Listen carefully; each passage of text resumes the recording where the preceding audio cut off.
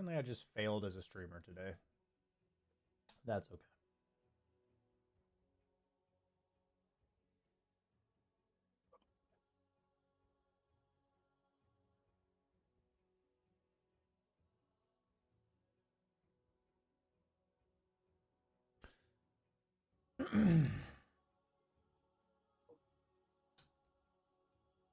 What are we at for the queue time? 22. Okay.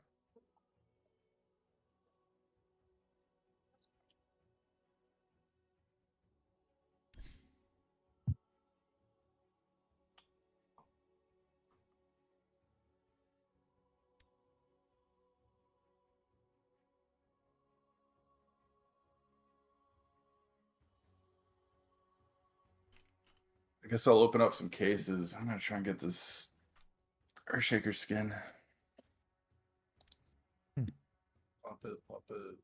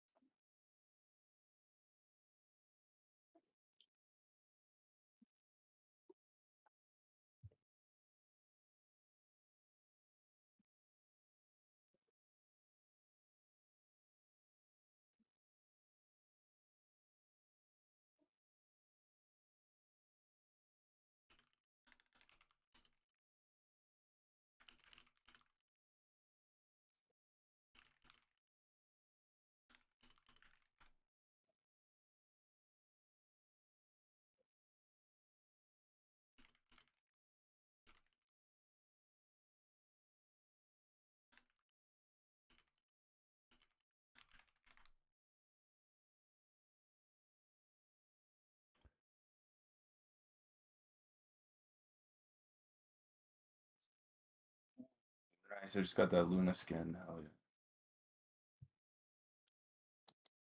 You gambler. Here, Jacob, I'll stream for you so you can be entertained. No, I'm watching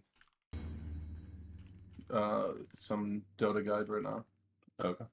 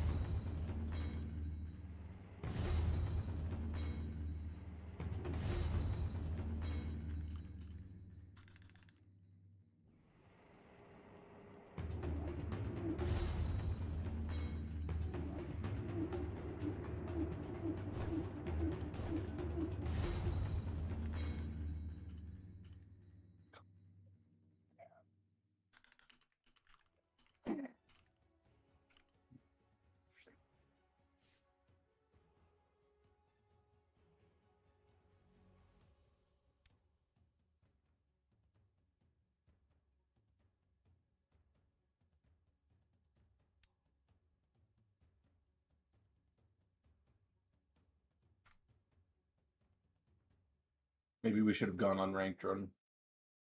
I don't think it would have been. It's not generally reliable because you can't guarantee your roll or anything. Yeah.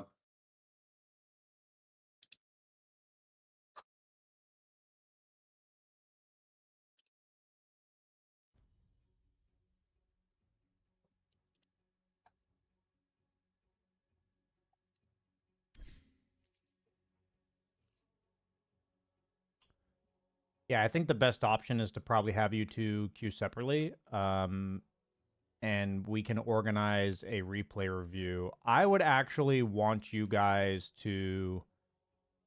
I think if since we're not doing it during this exact time, I think it would best serve you if you both queued what I told you with the same build. You can like vary on it past that stage.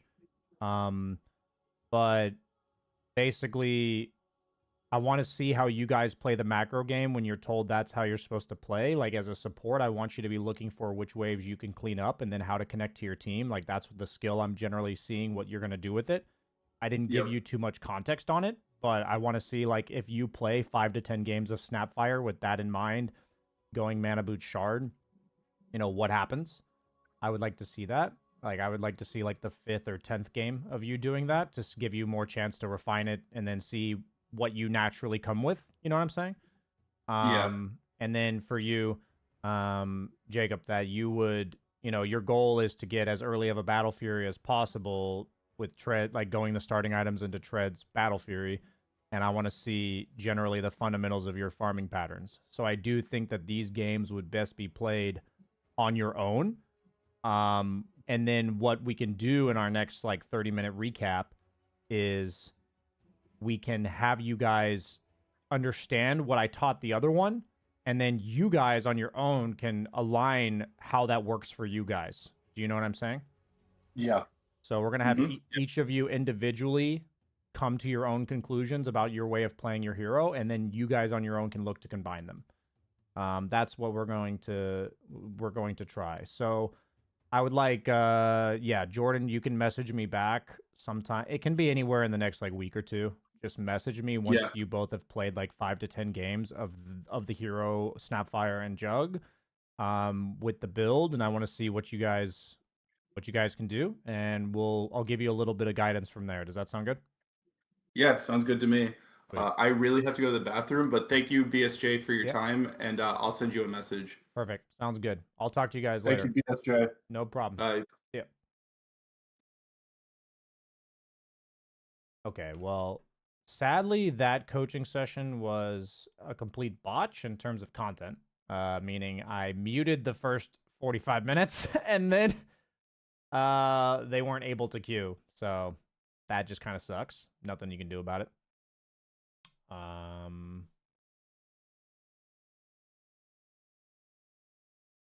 It happens. Let me I do have 1 hour before another coaching session, so the decision is, do I play one pub on stream or do I go do stuff off stream? I wanted to play more pubs today, so I'll probably play one pub on stream. Let me see here. I wanted to do something.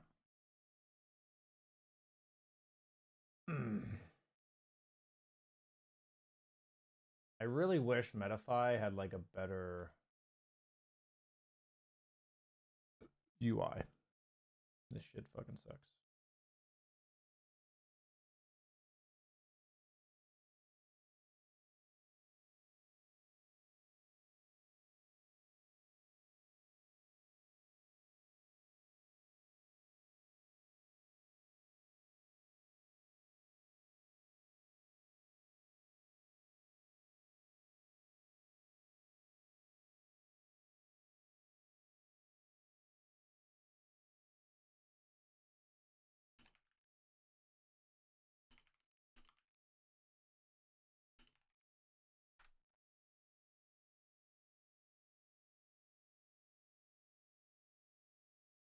Oh, never mind.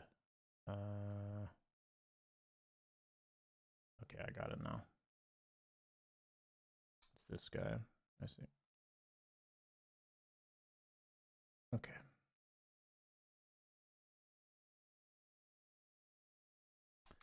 Yeah, Dota or work becomes so much more difficult when you're trying to be more um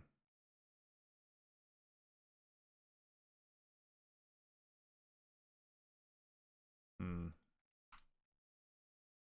let me try restarting Dota. Sometimes that fixes it.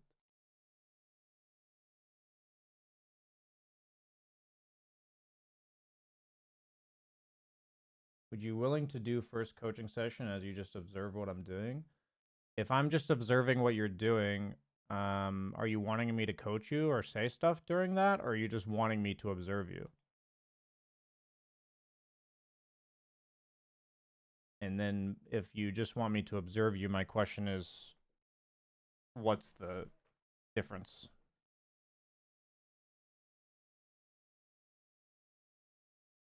Yeah, drops masking. I messed it up a little bit, so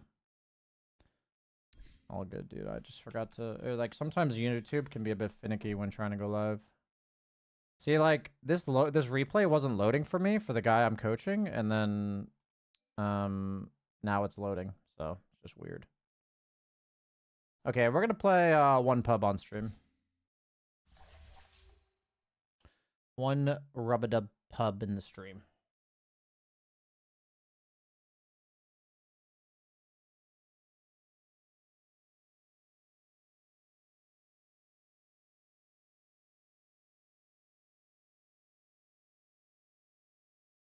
I mean, if you want to pay for 2 hours and the session you're gonna do takes 2 hours, like I'm happy to try whatever. If it's not my standard way of doing things, then it'll be difficult to guarantee quality. But I'm happy to try to do things the way that best works for you.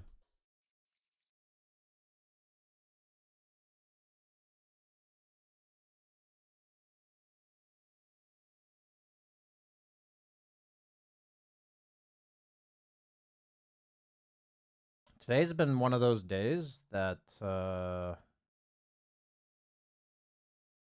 things just feel heavy, you know?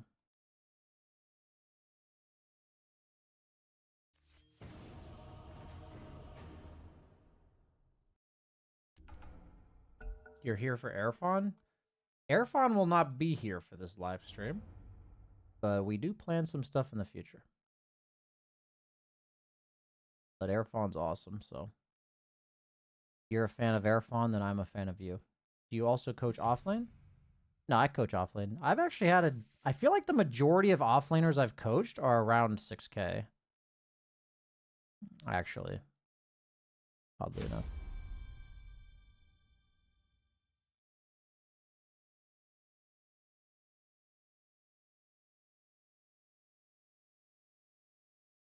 I guess I'll go offlane because there's like a bunch of core players here.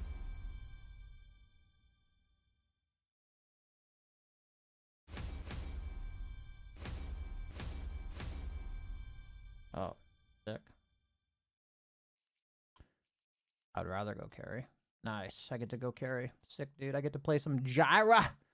Gyrocopter. I mean, I'm not guaranteed picking Gyro, but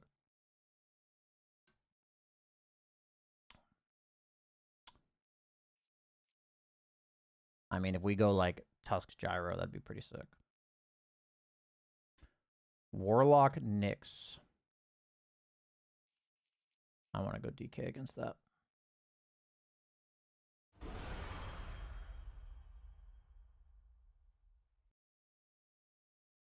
Hello, BSJ. First time tuning into the stream. I have climbed over 300 MMR recently thanks to your guides and YouTube videos. Just want to say thanks.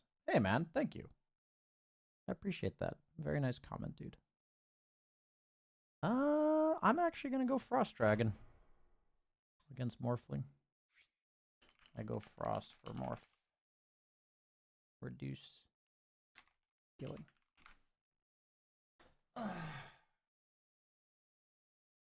With Frost, you have to like straight rush Mjolnir though.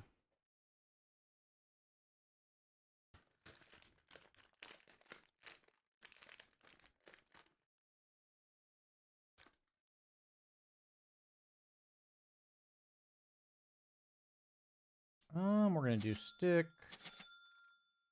This looks good to me.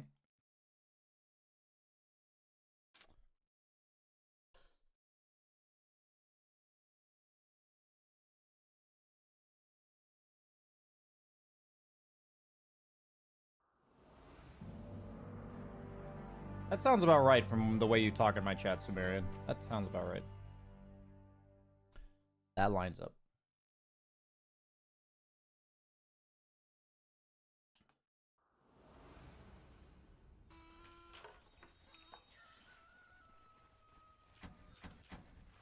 I probably need to go boots. I guess in session.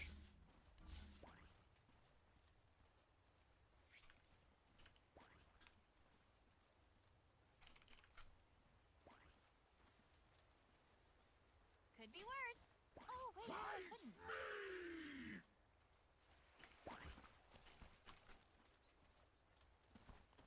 Keep the PMA, keep the DSJ.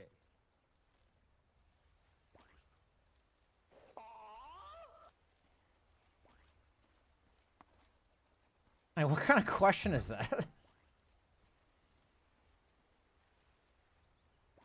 Yeah, I'm gonna go boots first because they're gonna try to like run away from us. We can just hit.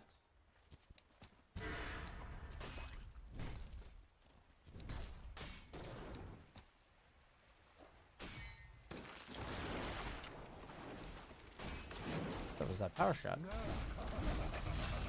How is this working? Stop him.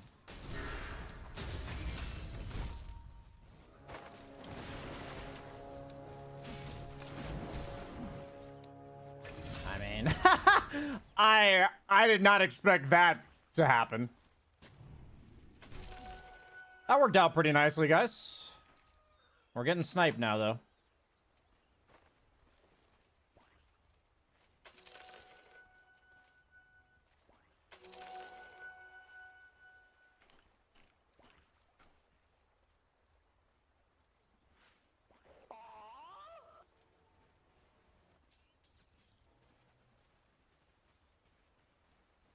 Feed the trees.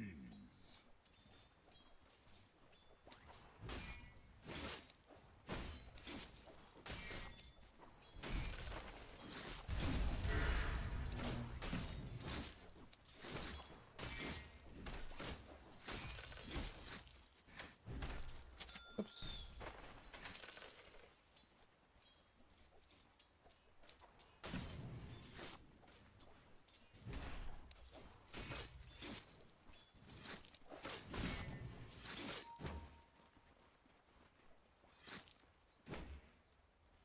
You can follow the Nyx. Just follow Nyx. He's gonna take these.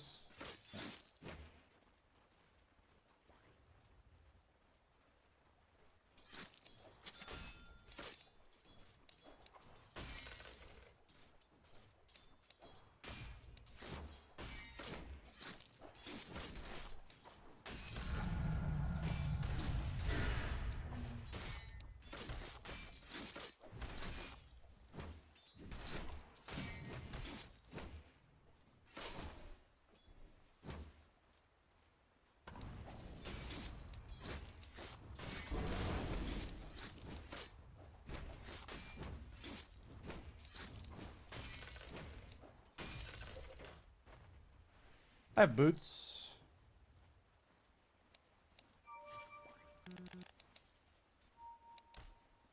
Ah, he's too fast.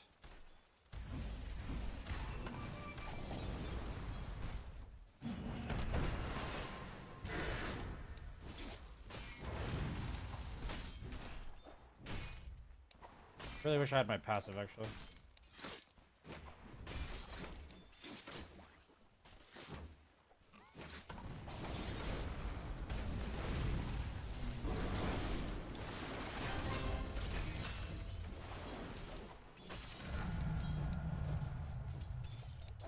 Did that, like, range creep just, like, fucking go rogue?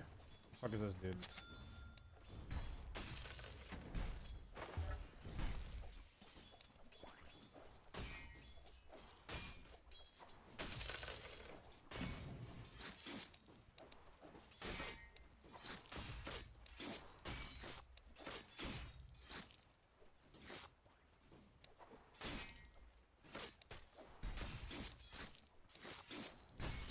Dude, these creeps, like, do not want to cooperate.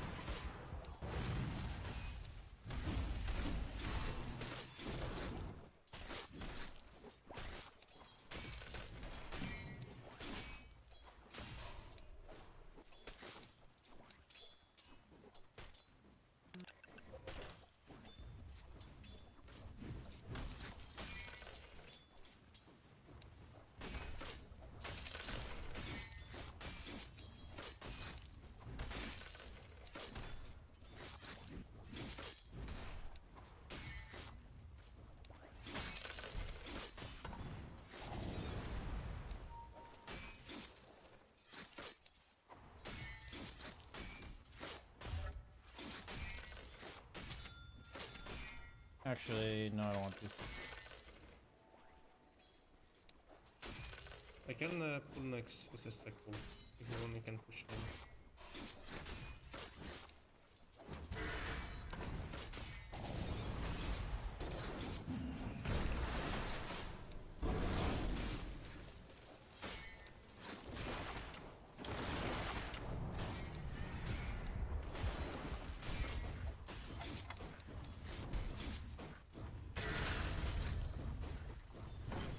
Please! This is so awkward.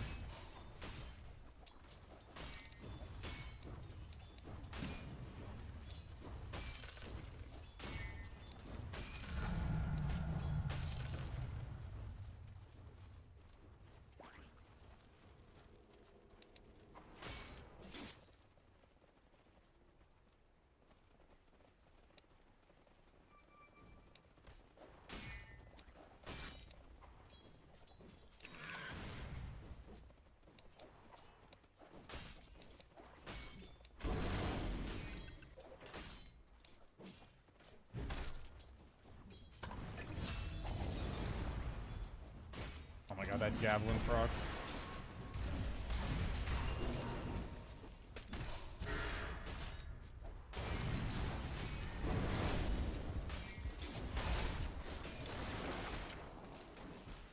This is awkward as fuck.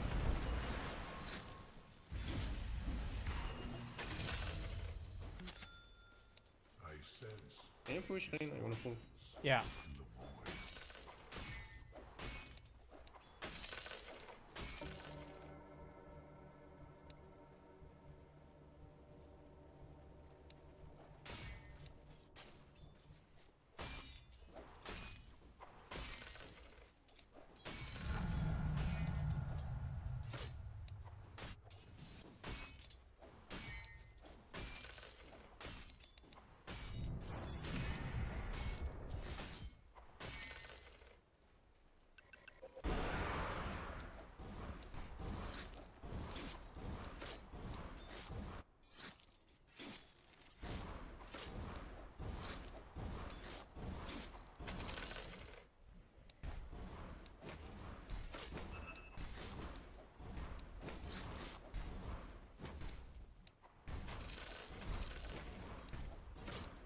I wanna try to kill Morph.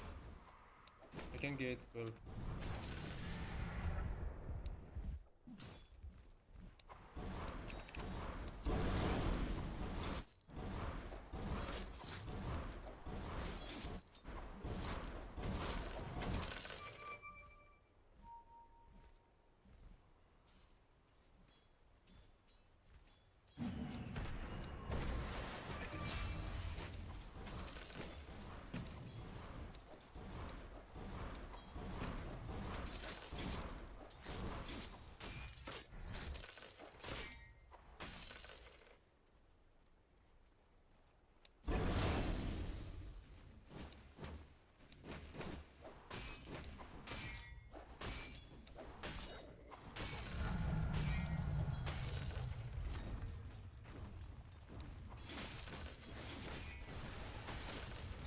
Actually, attack speed's probably better.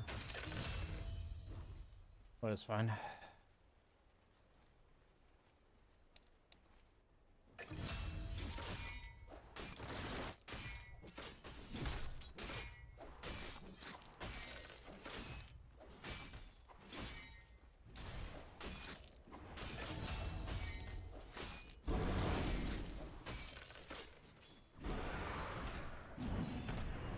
Careful.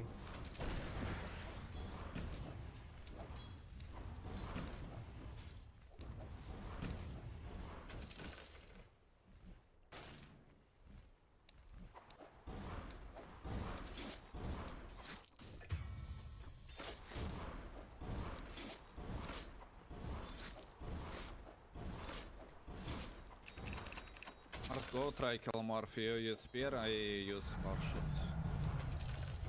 I can come through gate. Go. Go, guys. Nice. Never mind. Open tower maybe, but we need to def mid. Active. Cancel.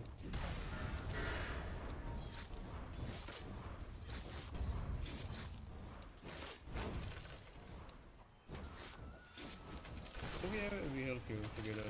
Can fight. You're strong. Kill easy target nukes. Yeah, so I went Frost Dragon because they have Morph, and with Frost Dragon you have to go Maelstrom. So for people who are like wondering what the build is, that's why. Honestly, I probably need this to be maxed out as well.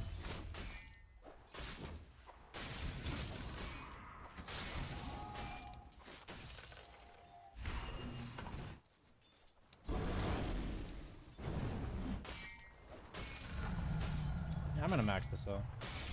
I literally thought if I proc on this exact hit, I'm gonna miss this CS.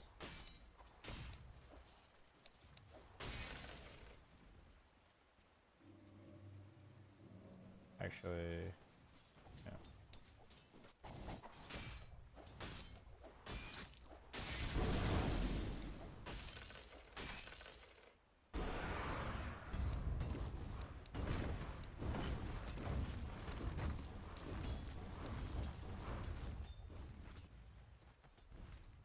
I don't know where they are.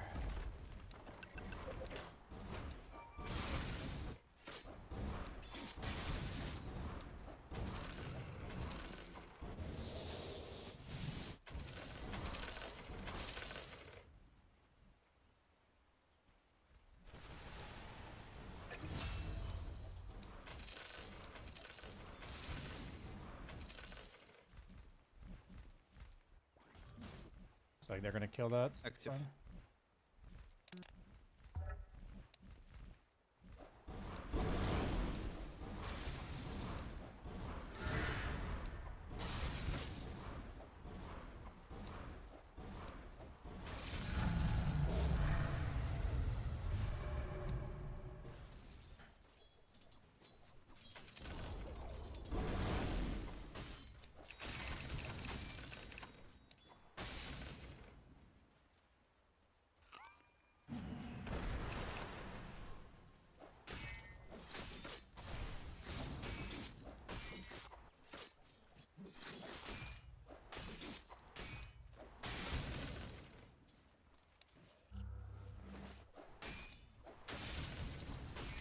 They came on bot.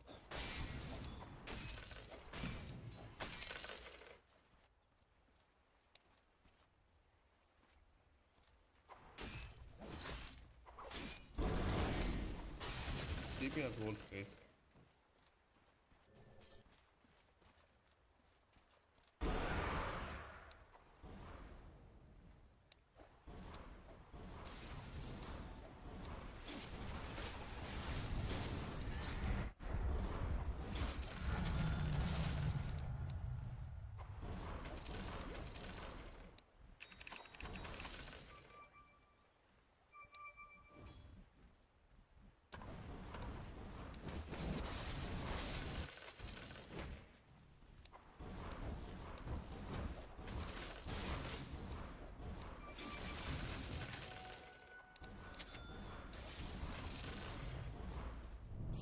Oof, missed 2 CS there.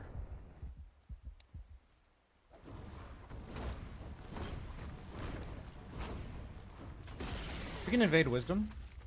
I have Mjolnir coming. I'm coming.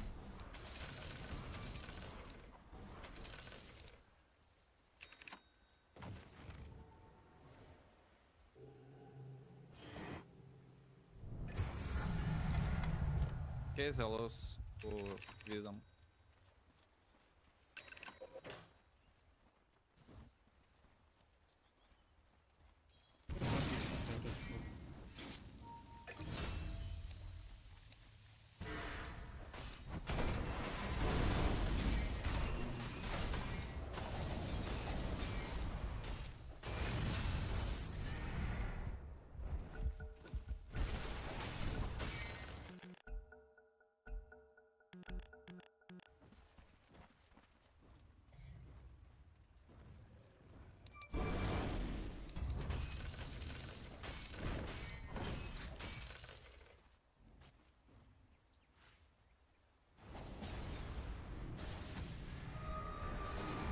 I'm coming, we can fight.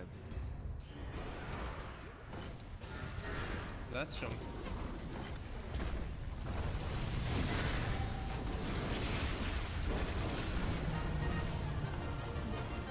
I don't think I needed to die there. I think I could have played that better.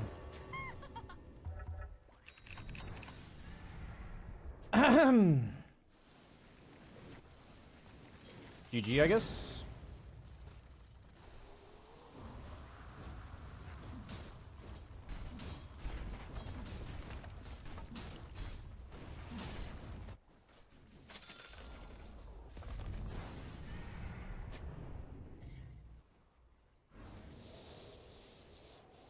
One breath, 2 kills. Is that the new YouTube video? They're like 2 girls, 1 cup. 1 breath, 2 kills.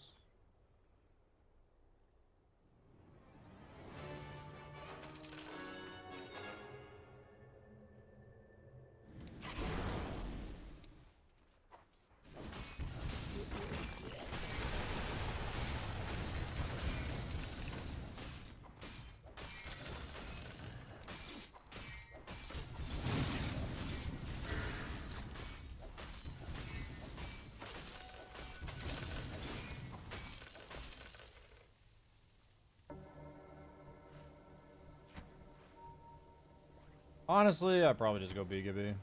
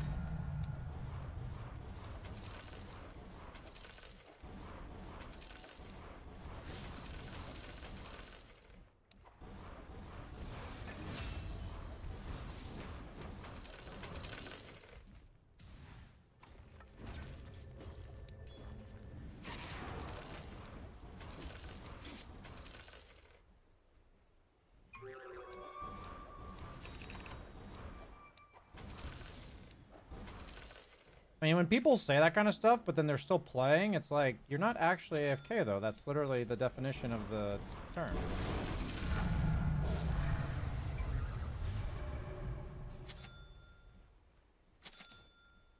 You're literally not AFK.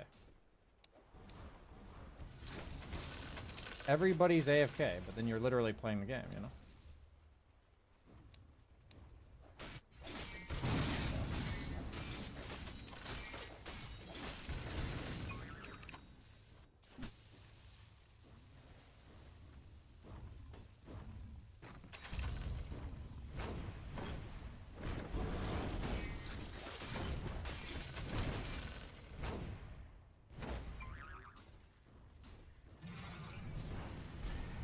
They're baiting you guys to throw. I mean, the thing is, it's like, it's just more, if you actually say you're AFK and you don't play the game, then I will go in, sure. But if you're like around the map farming and then we try to end, that's exactly how we lose, you know? It's like, that's the only way we lose this game is by you around the map farming and we throw in your base. Like, that's the only way. So, yeah, it's just weird how they play and then get mad at you for not ending.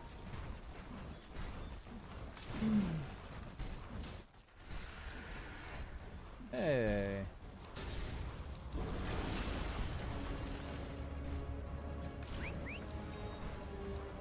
Oh, GG. I don't think so. You max breath on Frost every game? Honestly, I don't really know how to play Frost. Like, I don't know what the optimal build on Frost is because I've only played it like 3 times. I know you're supposed to go Mjolnir, but that's like about it.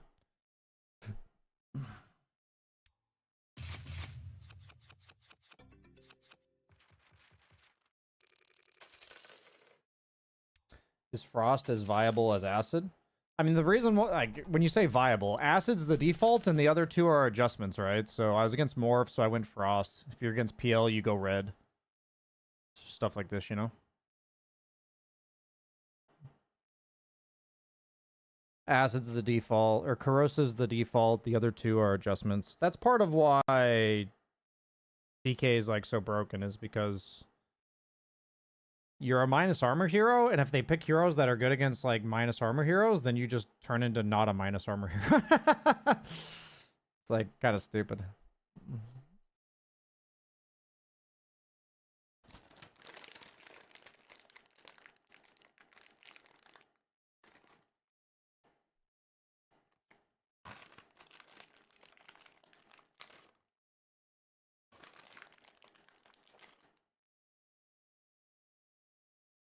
Well, I don't have time to play another pub.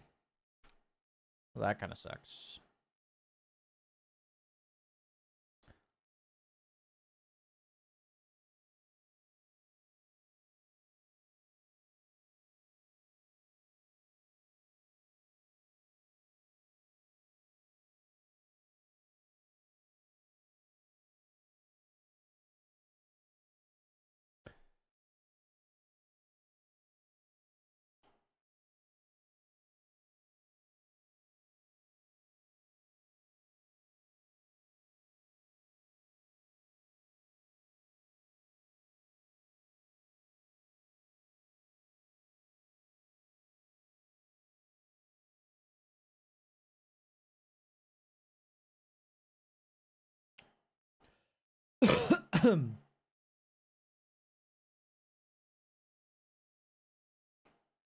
Heroes that heal are just bait to go Frost.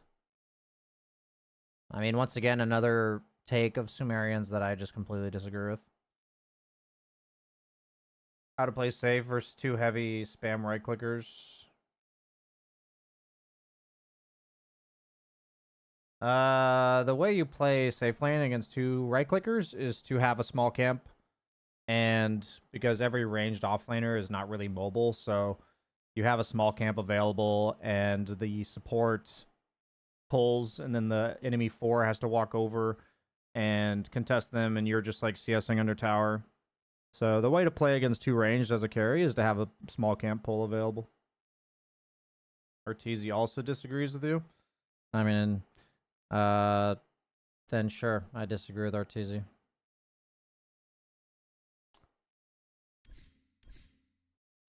Like, I think minus armor against Morphling's like pointless, while Frost is very good, so. How to decide when to leave a lane and join your team? That's a tough decision. There's a lot that goes into that. I'm not sure what role you are either, so.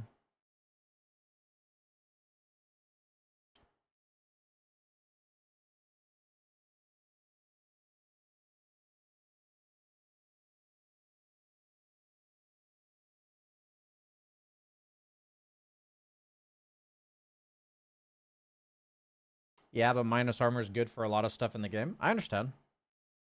But I think if my hero hard counters their carry instead of not, with like a slight loss in farm, then it's still very good. Like, that's how I look at it.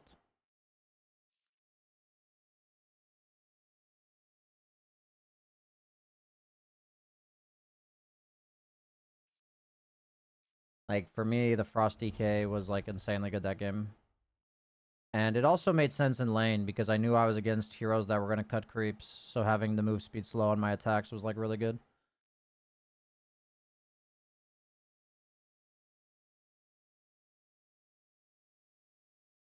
So I just think that was a really good Frost game.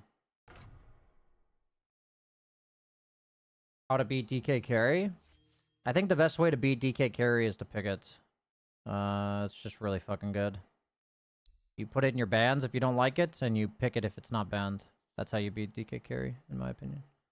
It's just very strong hero.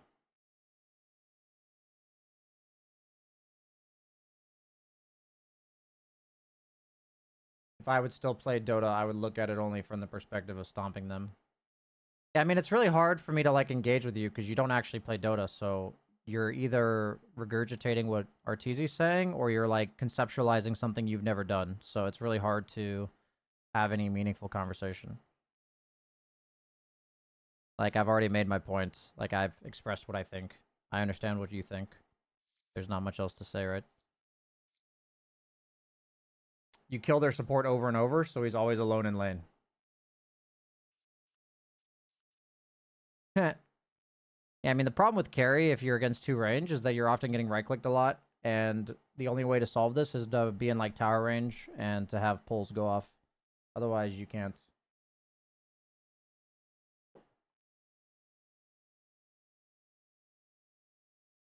I mean, I'm not sure what response you want from me. I already gave my answer. Do you think private carry is good in pubs?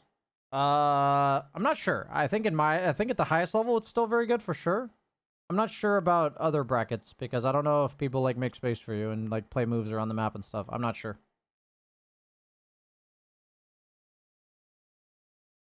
Yeah, I mean, like I gave my opinion and you gave yours. I feel like it's done now, you know? Like we disagree. That's cool.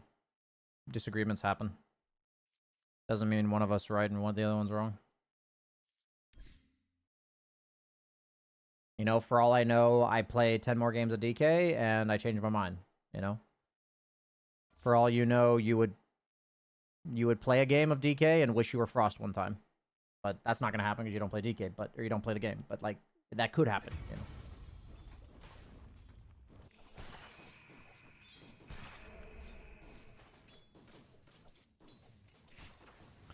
For me, I establish my opinions based on the games I'm playing, and I every time I have an hypothesis of how I think the game should be played, I'll play Dota, and if it stops working, then I have to ask myself, why is it not working anymore? But right now, my general understanding of DK feels pretty solid, and it's working for me, so I don't need to, like, change it, you know? That's, like, how I view it. You had mentioned you didn't enjoy playing Abaddon, right? Not a huge Abaddon fan, no. Not a huge Abaddon fan. I feel like she missed the W there. How do I think about my items on DK, like Armlet Mom? I mean, Armlet Mom is just the way to build Corrosive DK because you have minus armor, and the the Mjolnir is the way to build Frost and Red DK. Generally. Like, that's just about understanding the way the hero functions with the facets. I think DK carry can also consider Radiance if you go red. It just depends on the matchups, but I think Mjolnir's probably better in most cases.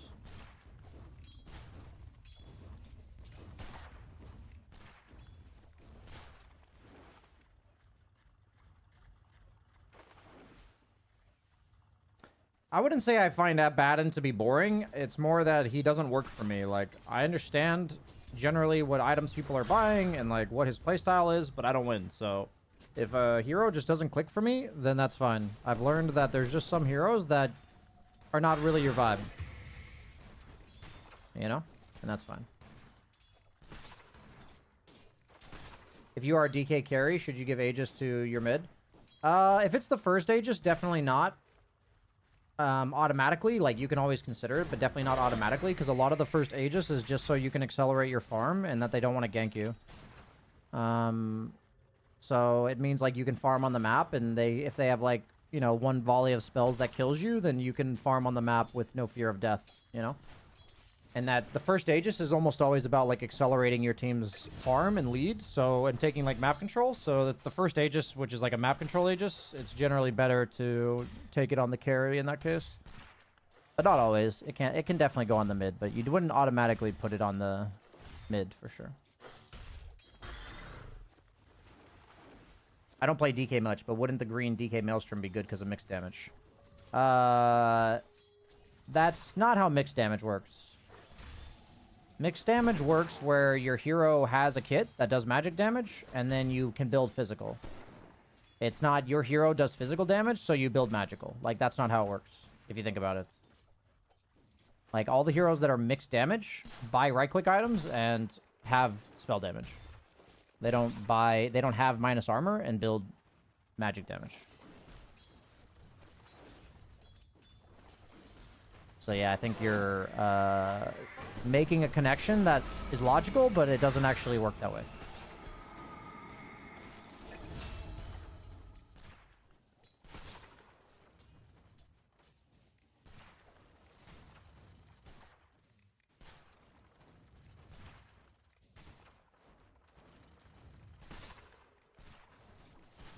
Muerta's a good example.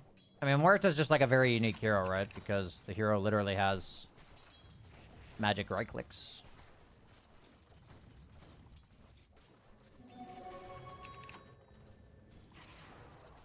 Yeah, I mean, your reasoning for what you said makes a lot of sense. But a lot of Dota makes sense on paper, and then it doesn't play that way in terms of the game.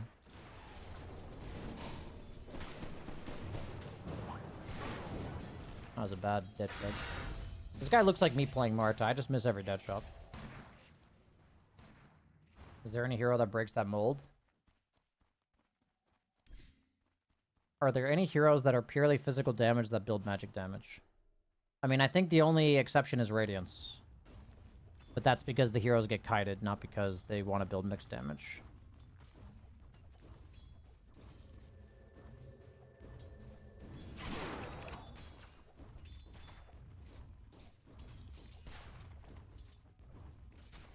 I think the only exception potentially is Razor, but he's also like, he lacks a way to farm is kind of the problem with Razor. So like Razor Maelstrom's like a pretty good option.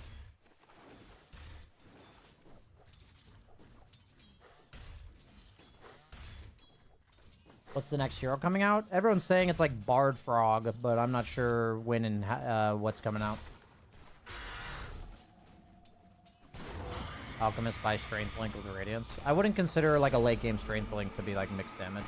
And you're not buying it for the damage, you're buying it for the AoE control and slow. And the benefit of Strength Link mainly, in my experience, is that it insta-cancels people's blinks that you blink onto. So like if I'm against blink heroes, and I'm worried that they're just going to blink away from me when I blink on them, then Strength Blink is like really good late game. Like that's generally a good use of Strength Blink in the late game.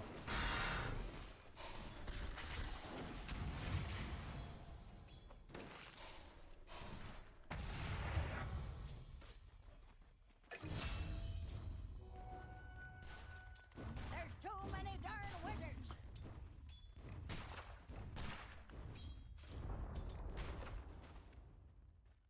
Yeah, I think the biggest strength of Strength Blink is the blink canceling nature of it.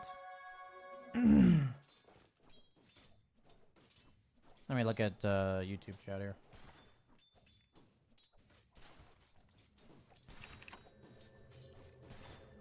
Why is your forehead so skinny? Do I have a skinny forehead? I mean, are you saying because my hair is like coming over it? Forehead skinny. That's a funny question.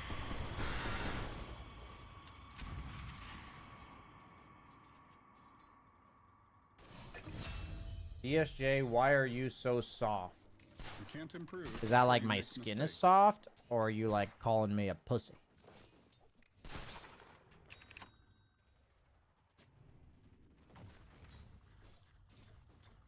Do you read YouTube? I do try to tune into YouTube. Yeah, I do. You've been listening to Brene Brown's podcast, Dare to Lead. I assume like audiobook. And I like it a lot. I plan to get the book as well. Oh, there is a podcast about it, I see. I plan to get the book as well. Have you read another one of her books that you enjoyed? I listened to her audiobook on Audible. That was like a 6-step workshop. It was called... I really enjoyed it. It was called The Power of Vulnerability. I really enjoyed that a lot. And I'm currently on audiobook listening to I Thought It Was Just Me. But that one's not narrated by Brene Brown, so it's not as good, I'd say. I think like half of Brene Brown's appeal is how good at talking and storytelling she is. She's like probably the best storyteller I've seen in the mental health space. Did you do Ice Carry DK because it was better that game or because it's the best option? I think the default for Carry DK is the Corrosive, and I think the red is a good adjustment for PL, and the heal one, Frost DK, is really good against specifically Morphling. I don't think there's any other hero I would take it. Maybe Huskar. But Huskar minus armor is really good too, so probably not Huskar. It's probably just Morphling that I would take the Frost DK against. Yeah, it's probably just Morph. I don't think there's any other hero I'd take it against.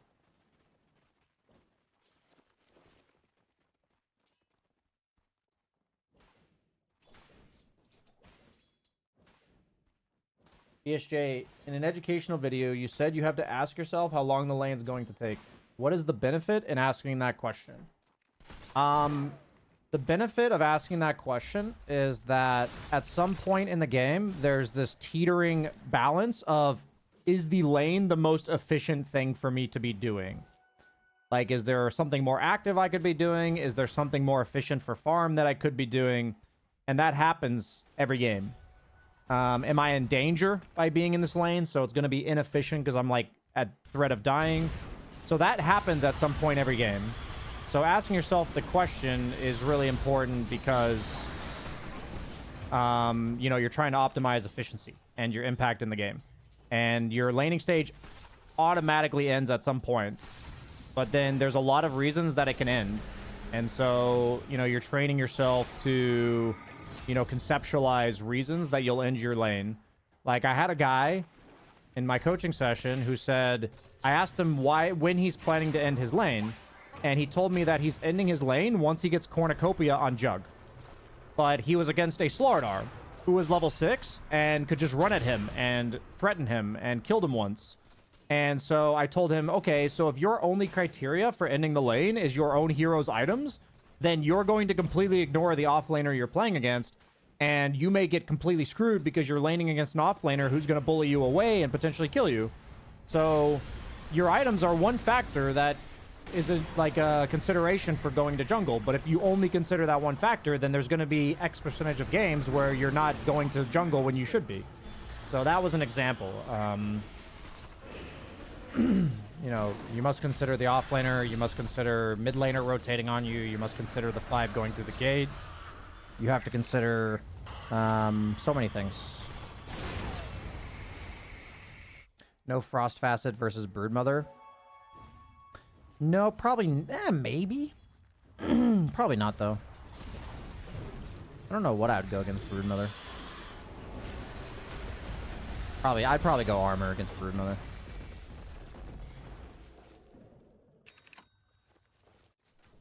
CK, I'd still probably go corrosive against CK.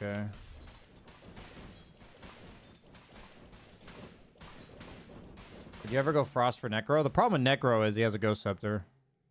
And your heal is based on hitting him, so I probably wouldn't. I would rather burst the Necro in a stun than prevent him from healing.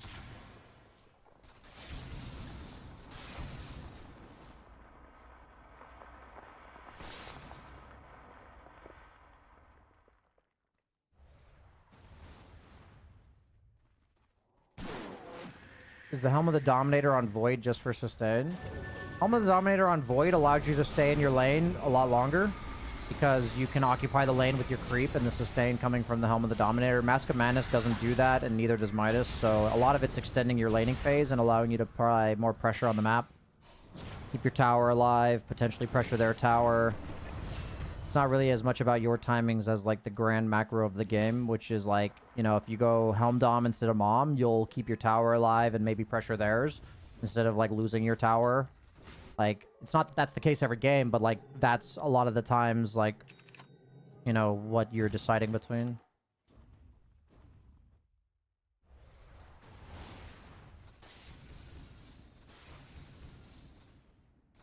Yeah, I've played a lot of Necro. I don't think he's countered by anti-heals. I think he's countered by bursting him. But, you know, maybe people don't have the best coordination in other MMR brackets, so it's hard to burst him. But, like, I also play a lot of Necro, so, like, I'd rather be dealing with anti-heals than lack of burst. Or, like, anti-heals mid to late game are good, but, like, early to mid game, they're not. I don't know, it's hard to explain, but I wouldn't go it. That's my best answer, I think, for now. This Muerta just, like, killed herself on fucking ward.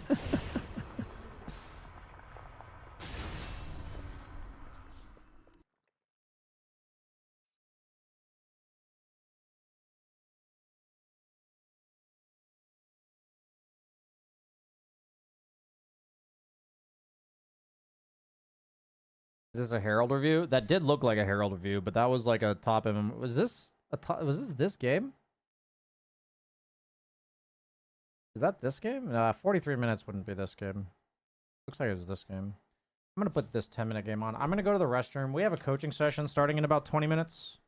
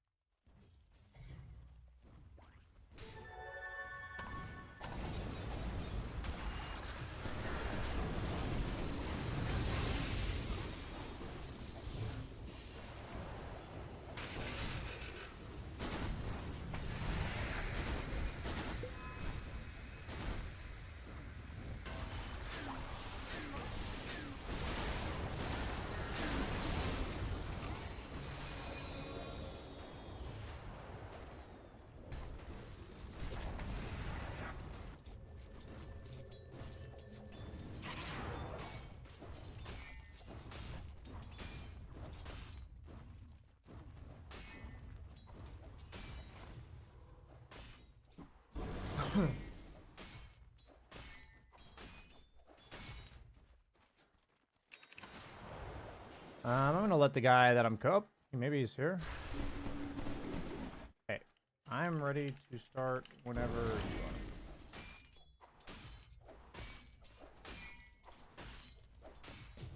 We will be in a call here.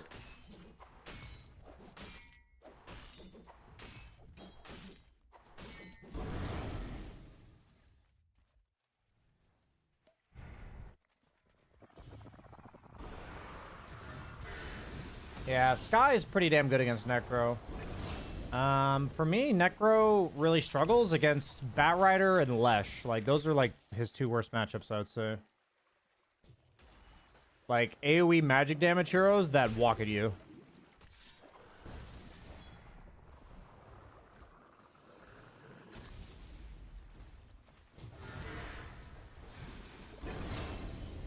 Why, thank you.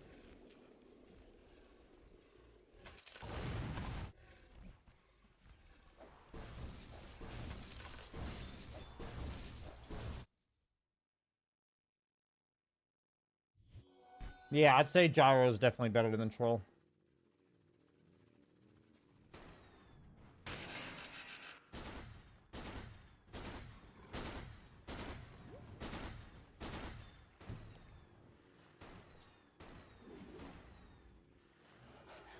How do I deal with people picking Sniper and snowballing the map? I would definitely have to see how that's playing out for you. Sniper's not that hard of a hero to kind of just avoid in the game. So you're probably not being dynamic enough with your movements, but I'm not sure.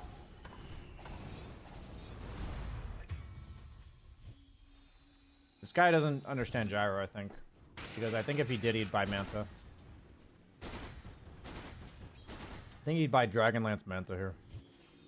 Because he has an Alk to give him Ags, and even if you don't have an Alk, I still wouldn't go Ags.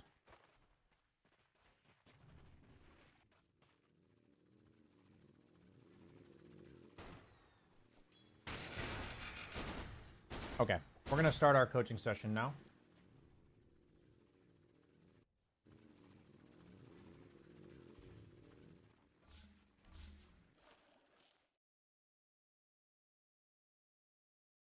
That's not the one I want. Hello. No need. Nice bunny ears.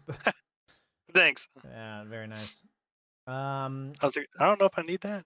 Yeah, no, you don't. I'm just gonna be sharing my screen with you. My question is, you shared the ID. What is your MMR and roll? MMR is like 450. Okay. And roll is +3. Okay. I believe your friend got you this session, right? Yeah. Why? What's going on? Why? What was the communication between him and you to get this session, and what's your goal today? So he had done a coaching session with you, and we all thought it was really cool, and he was like super hype about it. So it was mostly just he was wanting to like share the love with us, and it was kind of a Christmas birthday present. Cool. And he was like, "Hey, get a coaching." And I was like, "Hell yeah!" Okay, so what's your Goal? Good. If we can get the hell out of Herald, man. Cap? How long you been playing Dota for? Way too long to be this bad. 13 years. Ah. Yeah, I think so you've been playing with him, I think, because he was about that same time, right? Yeah. I kind of got the group started. I played a bit solo for a while, and then kind of roped everybody else into playing. What would you attribute to your reason for being 450 MMR after 13 years? Mostly just not putting in a whole lot of effort to like actual learn the nuances of the game. Like I've always just like I knew about like map awareness. I know about like obviously try to last it if you're the carry, if you're the support, back off a bit, harass, pull lane, stack creep camps if you can. And so like it was mostly just general knowledge stuff, but I never like got into like what actually like wins or loses games. And it was more so just like let's just watch Dota competitively and then let's just play randomly. We just recently started ranked. Like probably within the last like few months really. We kind of started getting back into it and getting into ranked. Okay. Cool. Gotcha. So I'm curious, based on your Dota Plus, does this mean you've never played Spearbreaker before? I think I've played them before, but it's been a long time. Okay, so I'm curious, like, what your general approach is to picking heroes. So in this particular game, we did ranked roll queue. I just have all the roles selected and kind of just go with whatever I'm given. I was given pause 3, and I generally end up playing pause 3 in a lot of the games that we do play. I bounce between a lot of different heroes. I'm just trying to win games with heroes that I haven't won a game with yet for the Atlas. And so I like panic picked Spirit Breaker because like he looks fun to learn and play. And so I was kind of improv building the items and skills. And so I did definitely some wrong skill selections at the beginning, which I learned, and I feel like I did some wrong items throughout the game. But I started off pretty strong, I felt like. So my goal with this session is to have us be on the same page when it comes to what Cool. your aspirations of the session are. And if I always just try to be as transparent as possible about what I think you'll get out of this session based on how we're setting it up. So Okay. if I'm to understand what's making you 450 MMR, I would have to see you on a hero you've played a lot. Because otherwise, I'm going to be teaching you what you're doing wrong on Spearbreaker. Like, that's what's going to happen if we watch this game.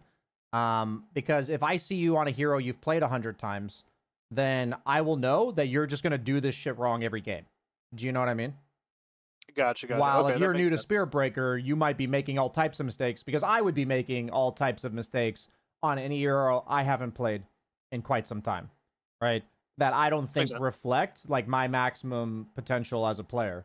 So do you happen to have a replay from the last week that would be on a hero you're more familiar with? I think it would be more helpful for you. Let me launch my Dota. Sure. Sorry, man. We don't have to do that. I just, I want you to get the most out of this as possible, and I think that's fair. Yeah. I mean, honestly, I would let's review this game. Sure. I bounce around heroes a lot, like general knowledge, and I had a lot of fun with Spirit Breaker. So playing more of Spirit Breaker is something that I would like to see in my repertoire. Okay. So I'm okay with what I can get out of this session, and I feel like I put in maximum effort in my opinion. Like I did try my very best because I was every time I was playing Pause 3, I'm like, I'm going to be sending this to him. I'm going to be sending this to him. Like, let me get a game in that I feel like I did Okay. really well, and something messed up somewhere, and I don't know where. Okay. So we're gonna stick with this game. Sounds like you want me to watch this game, and that's fine. My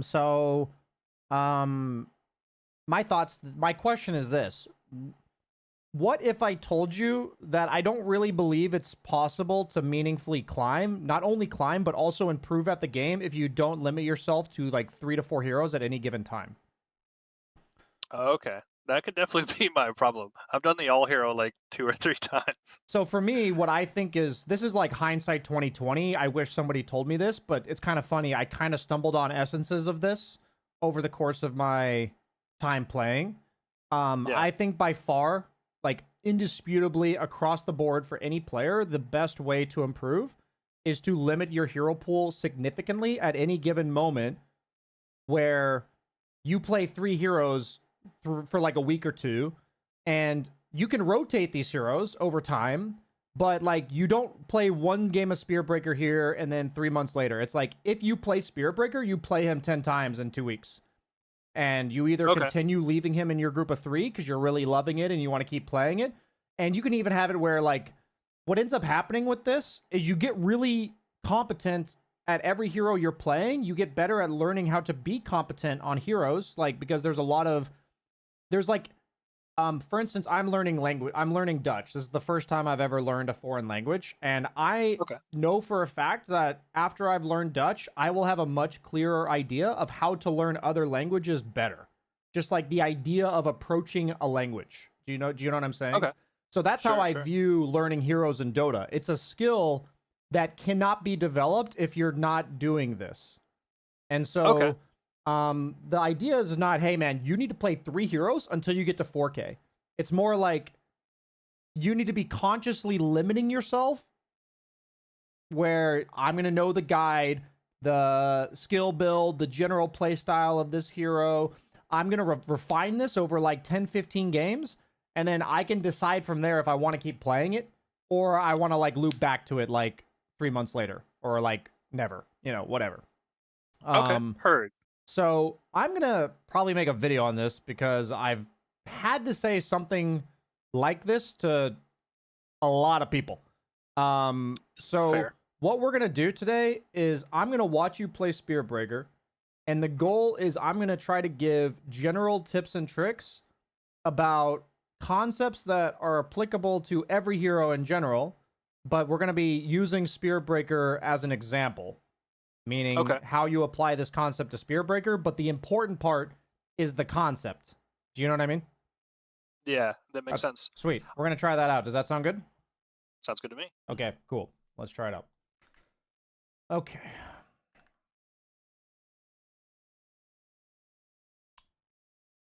Yeah, Spirit Breaker's a fun hero.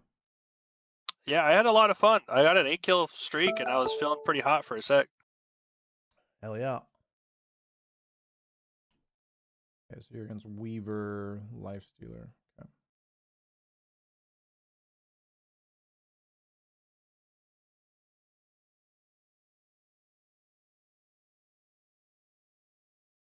They were kind of just leaving me alone, so I just kind of vibed and tried my best to last hit, but I was not used to his animation, so it was pretty bad. Yeah, I feel it. Yep, I'll just give you the drill that I tell everybody. I highly encourage you on every hero that you're playing in this group of 10. I'm actually going to take notes for this. Actually, I'm going to take notes in our chat for you that will also be for me. I think the most important thing you do with any hero that you add to your group of 3 is that you go into this and do it for like 5 to 10 minutes before you play the hero. Okay. This is just going to help you not have that problem. Which is like, I don't know this hero's animation and shit like this. So 5 to 10 minutes of CS Trainer before playing hero to get a feel for their animation. Every hero's animation, very unique. I highly encourage you to try that. How about it? Secondly, You know, with Spear Breaker, this skill is usually last to be leveled. Maybe you'll level it at like level 8 or something. But it's usually Bash 1 or like you can. These two skills are debatable. As a core, you'll usually take Bash because this skill is pretty useless without Bash. Yeah, I didn't realize that. Again, I hadn't played Spirit Break in a long time, and actually the W was a misclick. I meant to click bash. So yeah, Gotcha. 100%. Gotcha. Okay. I learned that. Okay. Never mind then. What was I gonna say? Okay. So when you do CS Trainer, I'm gonna give you specifically one thing to think about. Okay. Okay. So when you're playing CS Trainer, your goal is to generally monitor and be able to tell yourself at any given moment which creep will die next.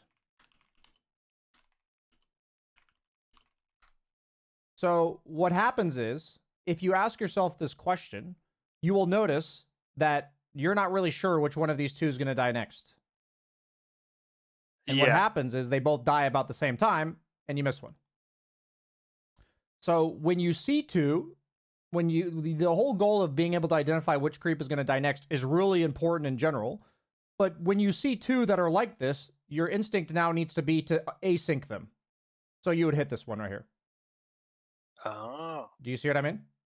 Yeah. So yeah, but this will be solved by doing the CS Trainer, and while you're doing it on any hero, to just pay attention to, yeah, that creep's going to die next, that creep's going to die next, that creep's going to die next. And the next step of that is actually like, how long do I have until that creep's going to die? But just getting a rhythm for this is really important for hundreds of decisions that you'll make in the laning stage. But like, rather than going into all these decisions, I can just tell you that that's really important for now. Yeah. Sound good? Yeah. Okay. So that's going to be your main, like, little warm-up thing for every hero you're going to play. Now, I'm going to fast forward. Let's see.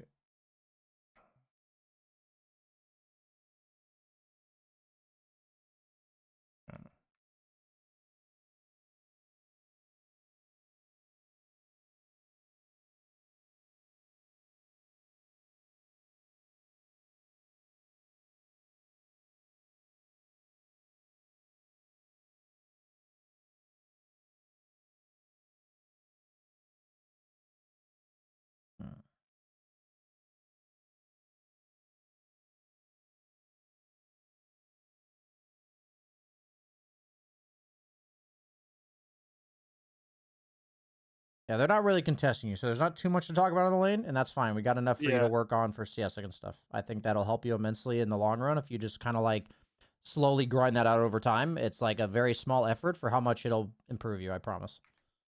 Got it. Yeah, because they weren't harassing me, I didn't finish Wand. I was like, I'm not getting attacked. Like, I don't feel like I need it. Yeah, no, that's it's good awareness that you are not just blindly buying items and that your items seem reasonable. So that's good. Not a problem we need to consider. And it's good to hear that you're like it's good information to me to hear that you're not like you're actually like I don't need full wand because of this. That's actually above 450 MMR for sure. No. Okay.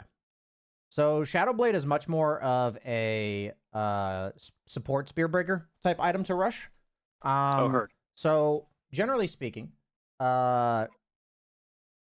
your item on offlane, this is all core rolls, but your first item accelerates your farm somehow. So I'm going to be giving you all these notes, but feel free to take any notes you have. Your first item accelerates your farm somehow. This can be through giving more mana for spells. This can be giving more survivability because you're a hero like Axe that just kills creeps with your spells. You don't need mana. Or this can be through actual creep clear, or through actual creep clear. And I mean that by like Radiance, you know? You're not gonna like buy Battle Fury or whatever on offlane, but like, you know, some offlaners go Radiance, for instance, as like speeding up your actual farm. So the question I need you to ask yourself on your first item you buy is, does this accelerate my farm? And it's not that every item in the game gives you something that makes your farm faster, right? Like Shadow Blade makes Sure. you attack faster. So we're not being like, but I attack. I'm not saying you're doing this, but it's like, but I attack faster. The point is the primary purpose of that item to accelerate your farm? Like that's the question. And so I know that there's offlaners that go blink, but that is only if you're having a bad game and you're not allowed to farm anyways. Like, that's why people rush blink. It's either because there's no item that speeds up their farm a lot and they don't need anything, or because they have no access to farm. So blink is one of those items that you'll see where the guy's free farming already anyways, or he doesn't have much area to farm, so there's no point in speeding up his farm. Do you see what I mean by that? Makes sense. Yeah. Okay. So what's happening is the majority of games where the lane isn't snowballing one way or the other, you're not going to fit those two descriptions, right? You're going to fit the middle, like 70 to 80% of games. And your first item in that case, like for Spearbreaker, there's not really I mean, Midas is like the default, you know, but you can consider something like Mask of Madness. You can consider drums because it's not amazing, but at least it gives you some attack speed. I think the default for Spearbreaker would be Midas, to be honest. Okay. I don't think there's really a better item. You can also consider Kayayasha as your first item. Okay. Because the Kaya gives you mana to spam charge. And so if I were to do like Kayayasha, I'd probably finish like because the Kaya kind of sucks to build, like the build up doesn't feel very good. I would probably go like full wand Windlace with like a bracer. But that's a small thing. Okay. If you're going, I think in this case, I would have gone Midas with the type of lane you're in because not much is happening here. You know? Sure, that makes sense. So, you know, for Spearbreaker specifically, we're just using him as an example for this previous note. For Spearbreaker specifically, I'd consider Midas, Kaya, Mask of Madness, or Drums is kind of a hybrid. Like, I can go fight them, and it kind of helps me farm, but not really. Okay. I think those are the options for you. That's in the current patch. You know, that may change in future subject to patches. change, yeah. But that's like the current patch. And so, basically, I want to limit your first item to those things because I want to give you a fundamental sense of what you're supposed to be doing at this stage of the game anyways. A lot of offlane is either applying a lot of pressure or ramping up your farm speed without being a liability. Like, I don't want you to buy a Midas and AFK because you're underneath your tower all the time. But, like, if nothing's happening in the lane, might as well buy a Midas. You know what I'm saying? Yeah. Okay. Makes sense. Yeah. I did feel it after I bought this Shadow Blade. I was like, I cannot even take these camps right now to like farm.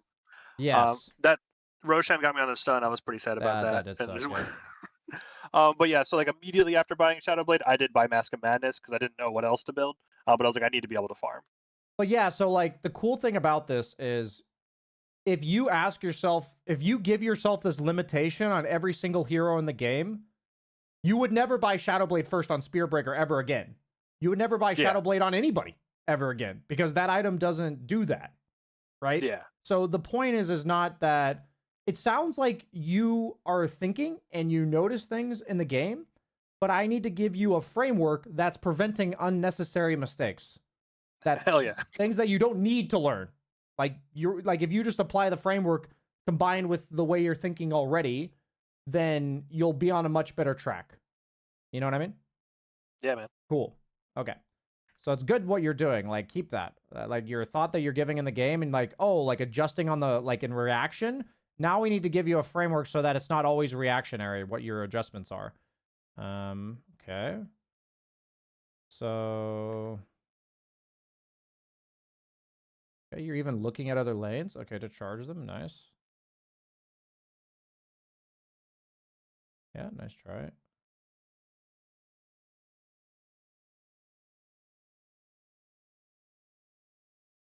I just saw a fight was going on. I was like, well, let me see if I can help out. Got a kill, and then just charge back to my lane. And... Yeah, it's tough. Like, I can't give you too much general coaching here because Spearbreaker plays the map like so differently than like every a lot of heroes because he's like global and charges across the map. So it's like a pretty small investment. I would say, okay, here's a rule of thumb. Okay. If you're in one side lane and there's a fight breaking out in another side lane. Yeah. So I'm going to type this. If you are in one side lane and there, oh my god, I like swallowed the wrong pipe or something. And there is a fight in the other side lane. Connect through mid lane. What that means is if this lane is not farmed, push it and then fight. Don't skip it. Oh, okay. So, Gotcha. so you see this. I want you to learn to recognize this exact scenario. And if you want to be at top fight, it is a prerequisite that you TP mid, push this, and then go. Okay. So the only time that doesn't apply is if mid lane's already pushed. Okay. Makes So sense. what you're now checking is mid lane pushed? I'm going to do that first, and then I'm going to connect. Okay. Does that... do you feel confident that you can apply that? Like, you'll be able to recognize that scenario, and even if you're not doing it perfectly, you'll be able to roll with that. Yeah, 100%. Okay, cool. Then we're moving on. That's my biggest gripe about this, is we have to teach people the fundamentals of the map that comes as prerequisites for fighting people. And that's that's a good general one that will lead you in a good, like, it'll cover X percentage of situations. Most of the time, people talk to me, I don't know how to do fight selection. And my answer is learn how to farm properly. So this is an example of what I mean by farm properly. Fight selection, a lot has to do with what's going on in the lanes. Okay, so what you'll learn as an offlaner, carries, this is a really good takeaway as well, is to connect through the mid lane. That's just a really good principle to have. You know, I might even just make a fucking video off that, because I keep saying I need to make a fucking video, but I need to sit down with myself and make like 20 fucking videos, because there's so many repeat concepts that people are missing. Okay. Okay. Okay. Am I an on-map hero or an off-map hero? Do you know what I mean by that? Like my presence on the map to the enemy? What on-map means is I show myself willingly. Okay. I would think so, right? Would you say you're an on-map or an off-map hero? On map? Okay, so what is this item? An on-map item or an off-map item? Yeah, okay. Off map. Cool. So, ask yourself that question. Items need to match. Okay. Simple as that. Like, Cool. if you have, like, Drum's blade mail here, you don't die. You know what I mean? Yeah, So- makes sense. So, items that are good for showing on map are generally, like, stat items, you know? Okay. Like, those are just generally, like, stuff that makes you durable or harder to kill. Yeah. So, like, you know, if you were planning on playing this way, then you would buy those items. If you're planning on sitting in lanes or sitting off map charging people, like, if you have these, like, evasive type items, then you'll show on creep waves really briefly. Like, that's it. Like, you'll charge through the wave with your W Shadow Blade going, and then you'll walk away.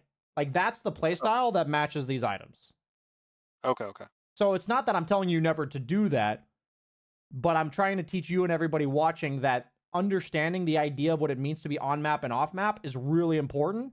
And as long as you are consciously matching your playstyle with your items, we're good. Because you'll make mistakes. Okay. You'll choose games where you play on map and it's wrong. You'll choose games to play off map and you end up less farm than you could be. But the idea is that we don't want you playing on map with off map items and vice versa. Makes sense. Perfect. Okay.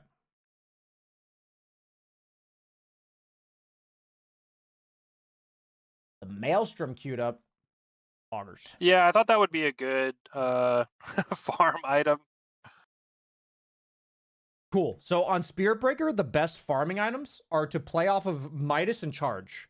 Okay? So what I mean by Midas and Charge is you go Midas, Kayayasha, Octarine Core. That's like the greediest build on this hero. Okay. If you're building to farm, because what that does is it lowers the cooldown of your charge, lowers the cooldown of your Midas, and you like one-shot creep waves. Okay. With your charge. So that's how we play off this hero. And then like you know, in general, you would take the bulldoze cooldown, you'd take the bulldoze barrier. Like, you don't really play around attacking people on Spearbreaker. You play around. If you're allowed to attack them, they're already losing. Like Spearbreaker's super fucking obnoxious when he like rams through you invisible and then like walks away and then like ults you if he wants to. You know what I mean? So Yeah. that's the way Spearbreaker functions. Just so people understand a bit, this is because Spearbreaker has a naturally high tankiness, solid move speed bonuses, and horrible base attack time. Meaning that he naturally attacks slower than most heroes in the game.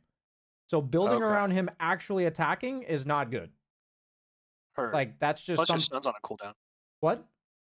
The stun's on the cooldown too. Yeah, exactly. You're kind of meant to like bash somebody with your charge, then like bash them in the next few hits, and then like walk away and charge them again, and then bash them again. Like, you're kind of meant to stagger bashes. And that's why I said Mask of Madness is like, in theory, okay. Like, attack speed is nice on Spearbreaker, but you're not building it to intend to attack them a bunch. I know that sounds really weird, but that's kind of how the hero is. Okay. So yeah. I would love if you, like, I think you will have a fucking blast if you do Midas, Kayayasha, Octarine Core, and then from there it's like BKB or Shadow Blade. Like, at that point, as long as you're not killable when you walk up to the creep wave, usually people counter you with like nullifiers and Yule Scepters because they remove your bulldoze. So you'll just need BKB for those. Okay. But as long as you're allowed to charge through creep waves with bulldoze, you're like unfucking killable. You're just an unkillable hero. So yeah, we're just gonna adjust that for you in terms of the way you build. I love the smorgasbord of shit we're getting here, and it's kind of expected when you know, you haven't played the hero in quite some time, so you know that's like okay. I started on Maelstrom and I was like, this is not gonna work. You have a nice little poo-poo platter of items here. I respect it. So, okay. So my goal, like I said, I think you'll have a blast with Spearbreaker. Like, if you had blast with him playing with these items, like, no offense, you'll have a blast playing him conceptually the way that he's like, he's so fun. Like, actually, I have like an older video. It's not so old that it's outdated. It's like, it's a different patch, but it's literally talking about how fun this build is. Let me see. Spearbreaker BSJ.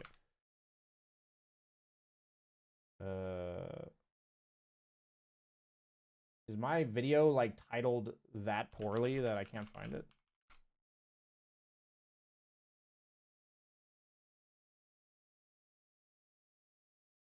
Oh my god.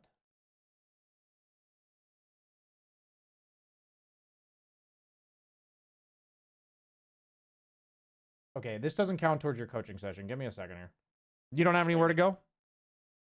No, I'm good all day. Okay, just making sure. I'm not like trying to unvalue your time, but I really want to give you this video and everybody watching. So let me find it. Yeah, give me everything you got. Man, I'm gonna give myself like. Okay, real quick. I'm outsourcing this Twitch chat. If you know what video I'm talking about, send it. I'm gonna look back. I think this was like 2 years ago. This is all my like terrible clickbait titles that like don't help me find the fucking video. By visibility, public. Did somebody actually send it to me? Oh, yes. It said like 4 years. It's 4 years old video. Holy shit! My facial hair. Don't watch that part. Don't watch. Don't watch that part. But it's the build. Ignore the ags, but the rest of it. Okay. Ignore the ags. Okay. Because the ags got changed. But trust me, I'm gonna sell you on like the funnest fucking build on Spearburger. It's for sure. Thank you, person in chat. Shout out to you. I'm gonna actually call you by name, Admiral Yama. That is indeed the video I was looking for. So thank you, sir. Okay. But yeah, it's basically gonna show gameplay of like the build I'm literally telling you. So okay. But back then, ags lowered the cooldown of your charge, so it was really fun to do that. But now it doesn't, so you don't do that anymore. Okay.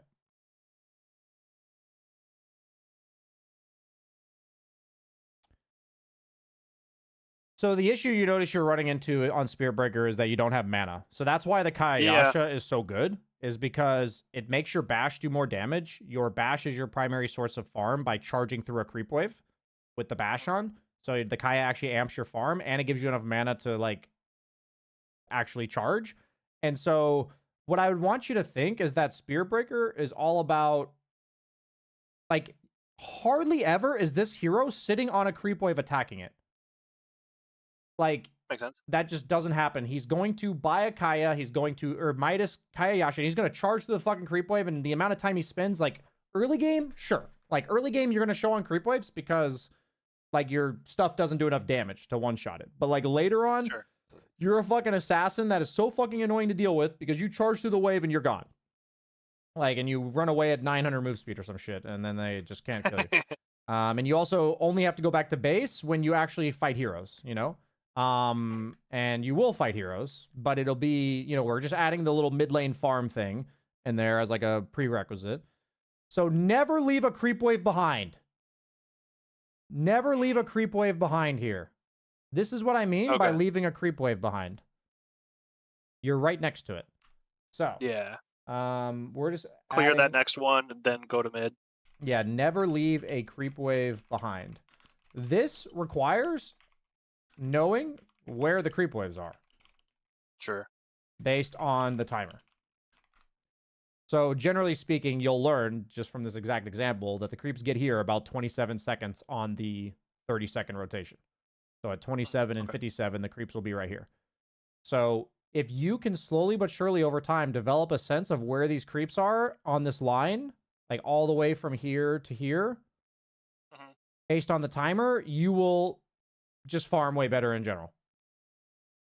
So that's just something to, honestly, you could spend 5-10 minutes looking into it and then consciously paying attention to it for 50 games, and you'll just never have to think about it again.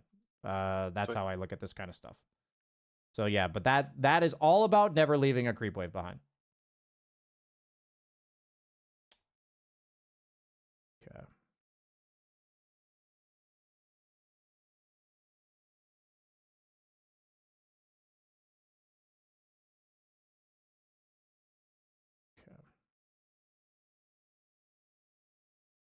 Okay. So the idea of Spearbreaker is your entire gameplay.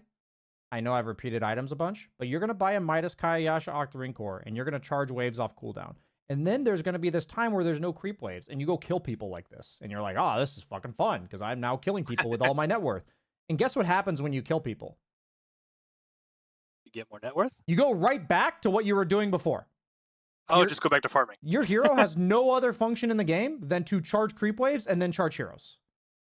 Okay. Okay? The only exception to this is when there's no heroes to charge and all the creep waves are farmed. Then you can charge. You can go on a camp and drop both the creeps to half and then charge a creep wave.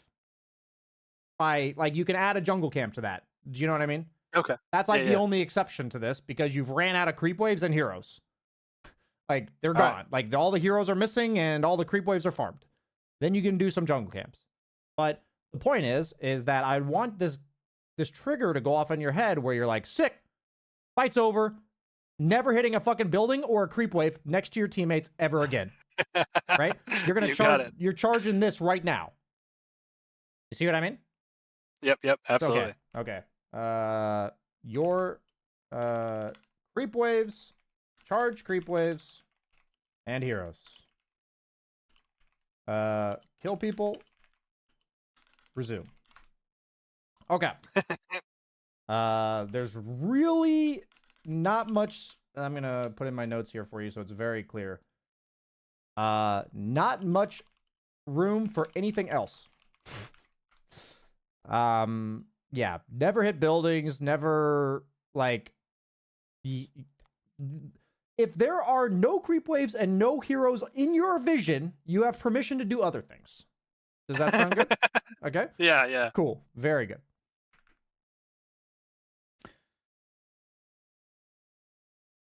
Fantastic.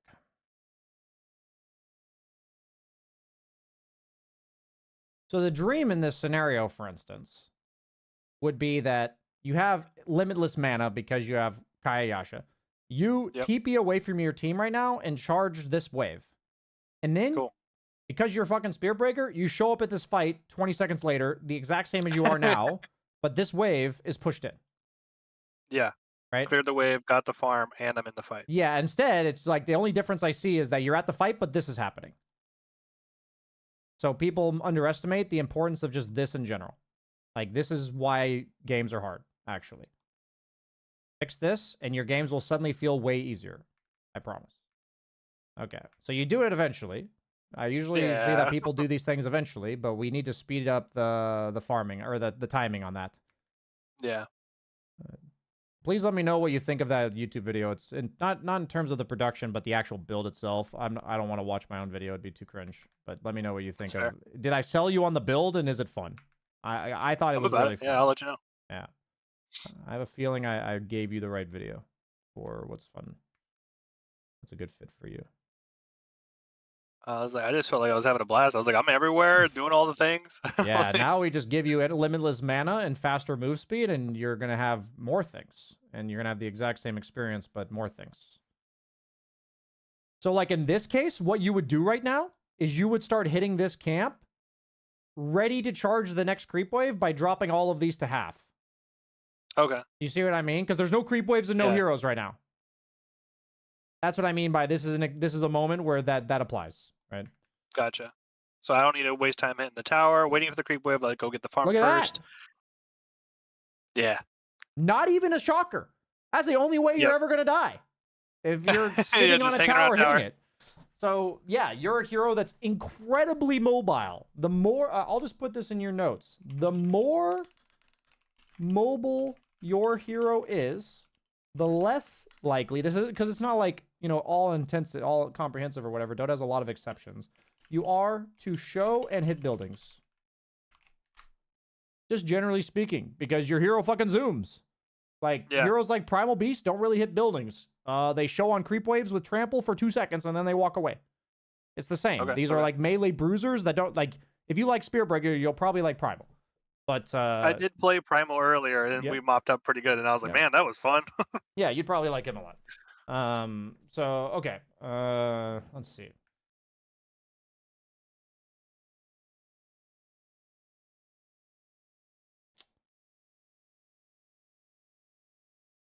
And basically at this point is where things started kind of falling apart on us. You end up losing this one? I just stopped. Yeah, we lost. Oh shit. Okay. Yeah, that's why I wanted to like really review it. I was like, okay, like we screwed up somewhere big time. I mean, in all honesty, if you adapt the build and the creep wave mentality, you'll just win these games. Like, it will fix your problem. I promise. I absolutely promise you. Like, the reason this game's not ending is this. I promise. I mean, makes sense. The lanes push out, and like it's my job to keep them pushed there. Lad. Yeah. And with the build I mentioned, you will just one-shot creep waves with your charge. So, like later on in the game, the shard is really important for one-shotting creep waves. Okay. Because it gives you that extra 100 move speed, which means this does more damage. I like it. So, at some point, maybe like 25, 30 minutes, you buy this shard. You know, like not immediately at 15, but like somewhere in that 25, 30 minute range, you'll have the shard. Okay, yeah, you took the right talents. And then, yeah, once you get to 25 with the Charge of Darkness cooldown, so it goes down to 9, and then you have an Octarine core, so it makes it like 6.5. And you're just fucking zooming, dude.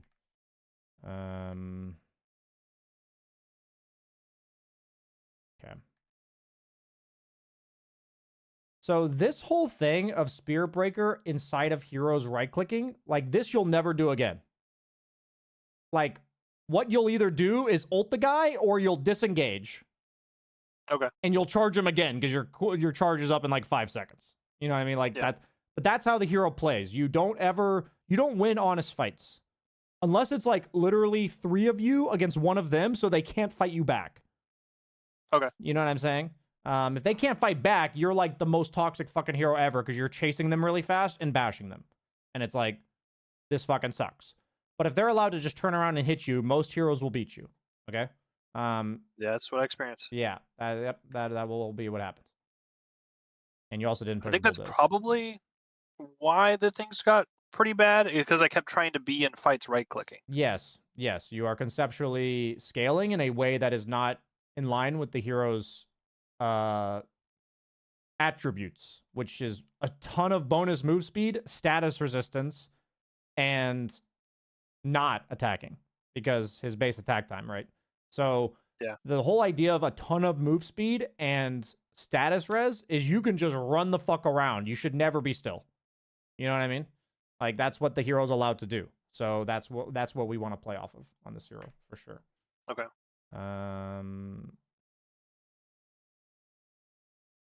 Yeah, I mean, a lot of this is for everyone, including yourself watching here, is like, I want you to understand why this hero functions this way so that you can start applying this to other heroes as well. You know what I mean? Yeah, yeah. Yeah, the throw is real. It really was. I was like, man, I felt so hot for a sec, and then it just started falling apart. Okay. So, you have 2 teammates dead right now. What are you supposed to do? Probably go either top to go kill Lion or bottom to clear the wave. Okay, so you'd go top to clear the wave or bottom to clear the wave? To clear the... Either one's fine. Okay, that's fair. But the idea is waves first, heroes second, generally speaking.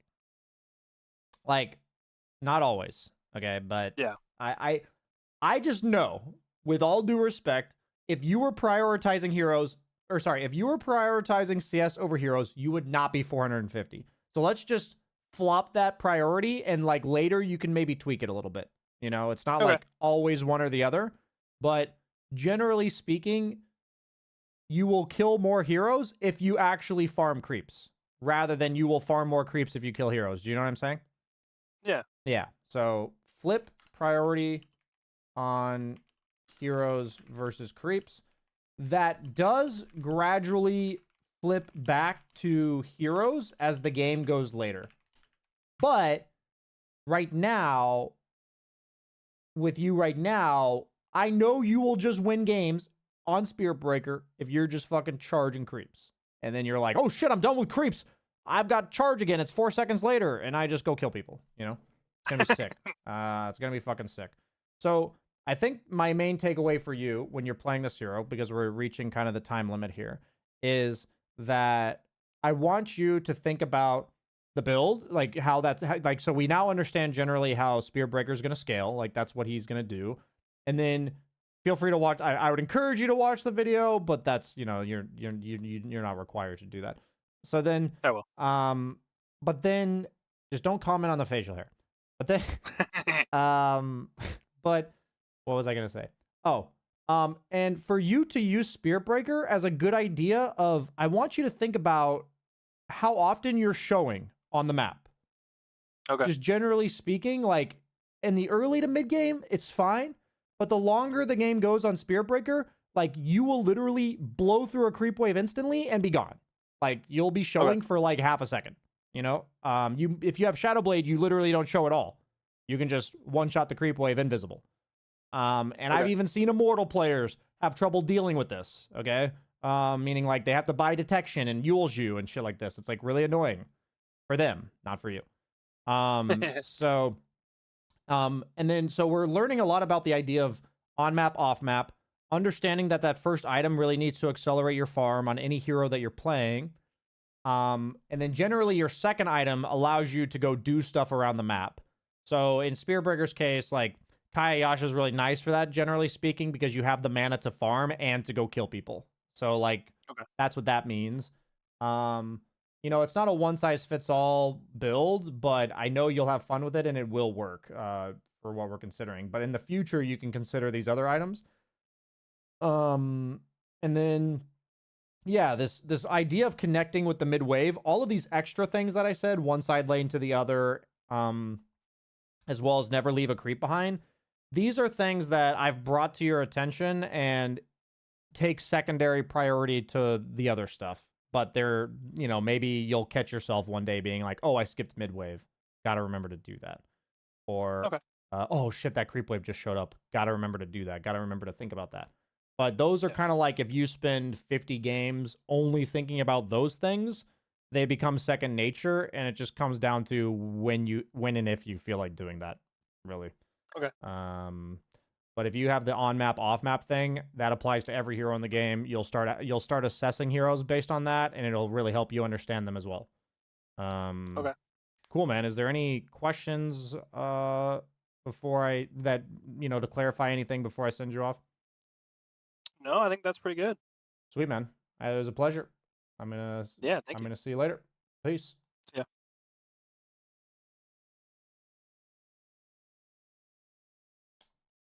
Stop recording.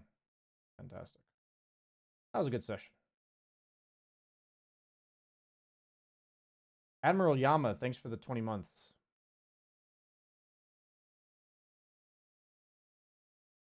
Yeah, I mean, him and his friend that signed him up, what I really admire about that friend group is that they've been playing Dota for 13 years, and they're all like 500 MMR, but they clearly have so much fun playing this game.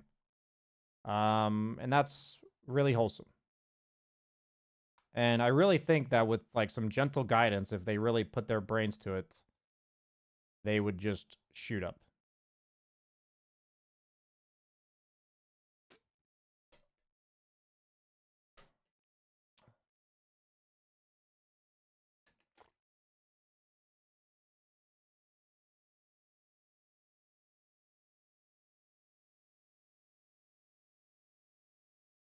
What's YouTube chat saying? Hey BSJ, I'm watching closely. Your content has been so good lately. I'm finally about to join your dojo, and I'm inviting a friend. I just want to say, man, that means a lot. I have, for myself, gained an entirely different perspective on what I want for my career, what I want to be doing, what means something to me, and it's given me like a revitalized passion to make content, because I've never thought about content as what I want to make. I've always thought about it as what I should make to be popular. And that's just a really detrimental mentality after a while. It just soul sucks you. And I think a lot of people felt that. They saw it in the quality of my content. And so it just means a lot that you said that. And I have like a revitalized vigor for for content, and yeah, so I'm glad you feel the effort and the passion, I guess. That just means a lot. Thank you.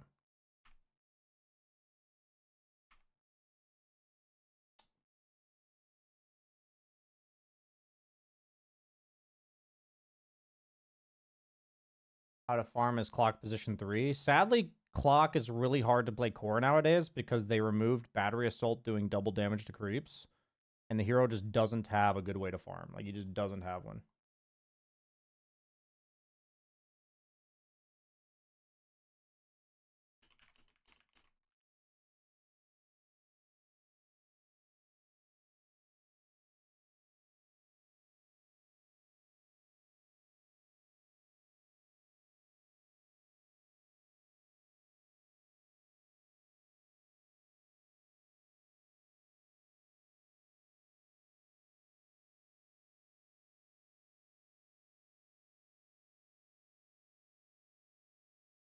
Um,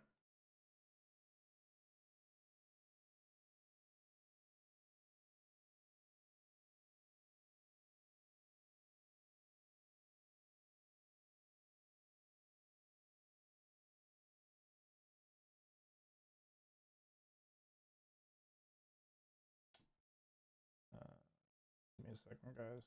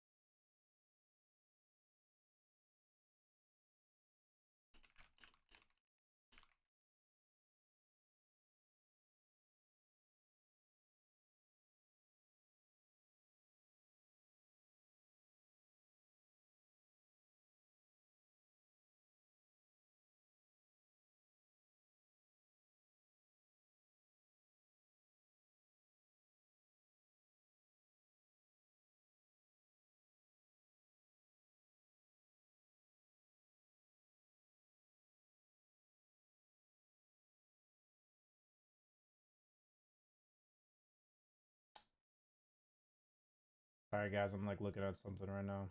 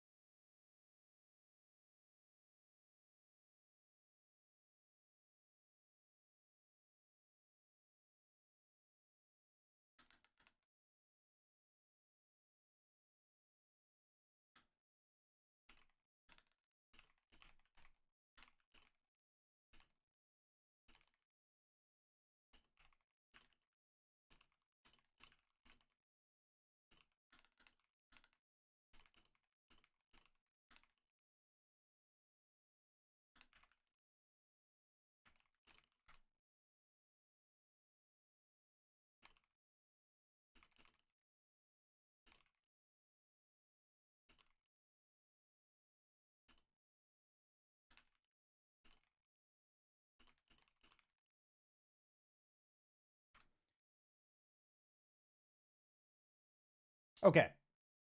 So I have a meeting, I believe, in 1 hour. Let me check. Okay, yeah. So I have a meeting in 1 hour, but that means we have time to queue one more pub.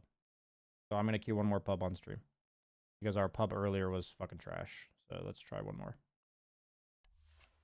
69% volume, the dream. Why is CK not played anymore?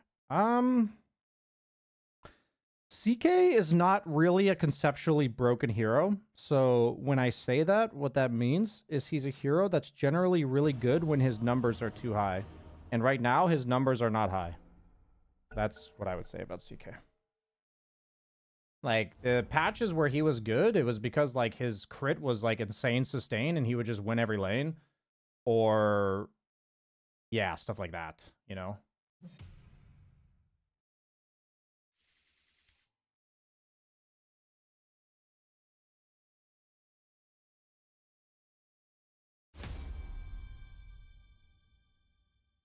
Right on, Adam. Do not pick me with 2077. Okay. I will not pick you, sir.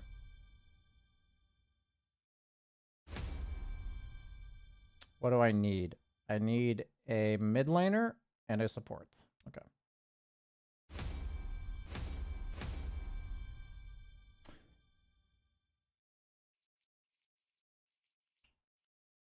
I would really like to play Gyro. Dude, Jakiro's just in every game again.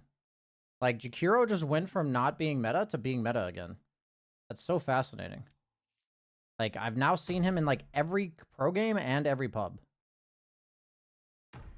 I guess that's part of my meta update that I need to record, along with the other 79 billion videos I know I need to record.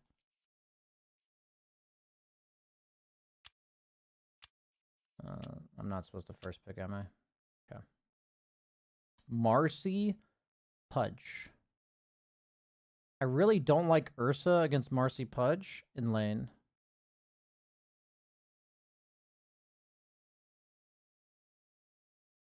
I really don't like Ursa against Marcy Pudge. Really like Gyrocopter.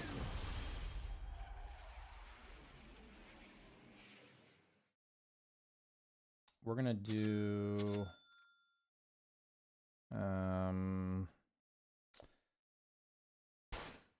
do I have gold for this? Nice, I do. Poggers.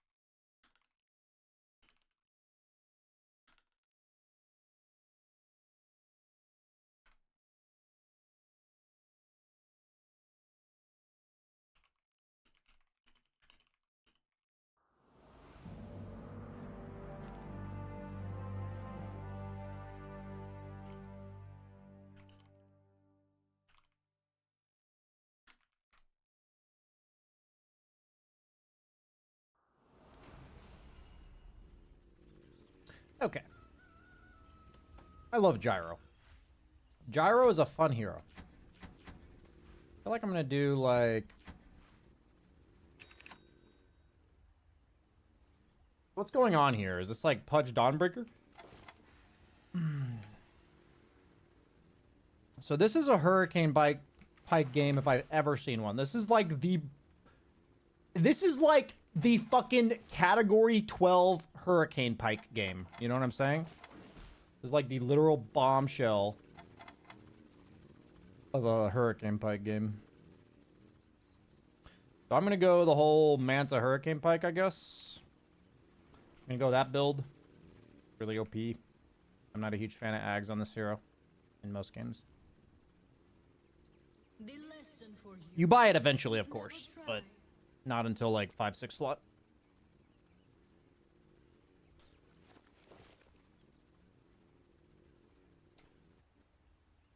Oh, I just realized I doubled down in my game earlier because we got like 3 kills before the bounty rune spawns.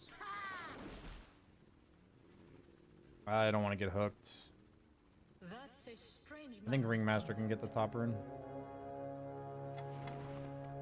Clockwork's mid. They have so many hookers. Holy shit. You play center or ops middle. Oh my god, dude.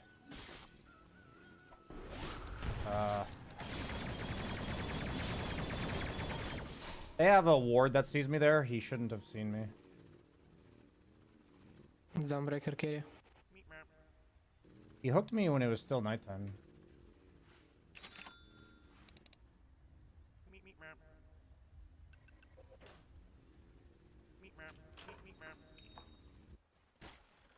Yikes. My lion TV'd, so...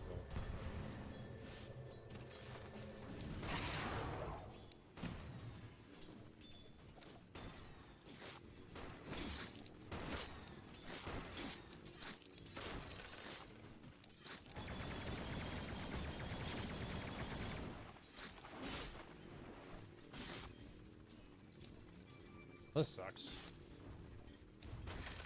That was a stun and a half. I've never seen him. Oh, he was supposed to stun him there. I'm gonna stop coaching my teammates.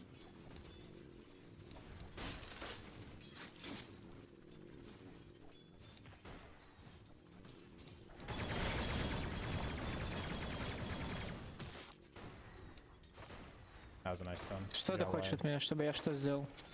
Скажи мне, я сделаю.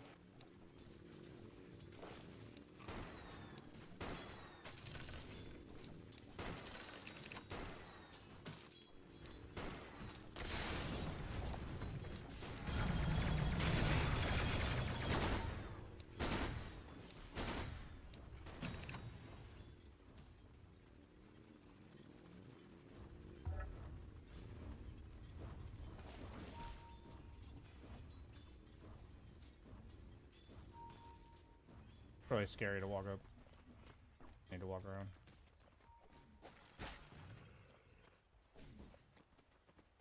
No hook, no hook.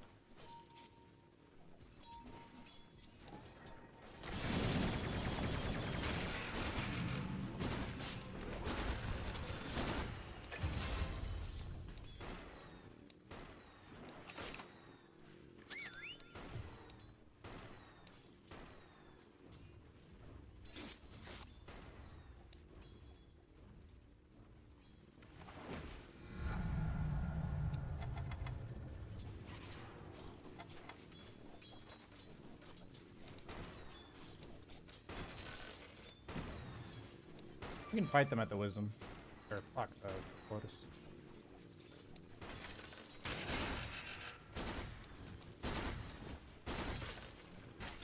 Fucking Christ. That sucks.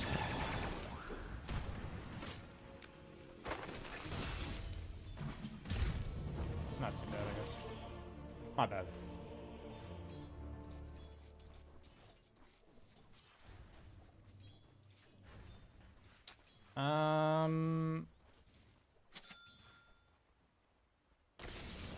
Honestly, not that bad.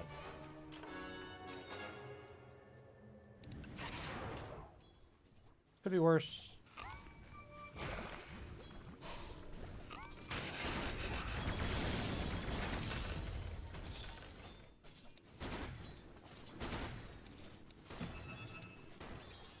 Wait, why are my boots not in my inventory?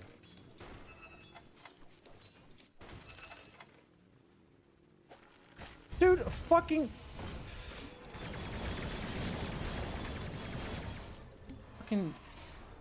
He's fucking smoked. God. Oh, fuck me, dude.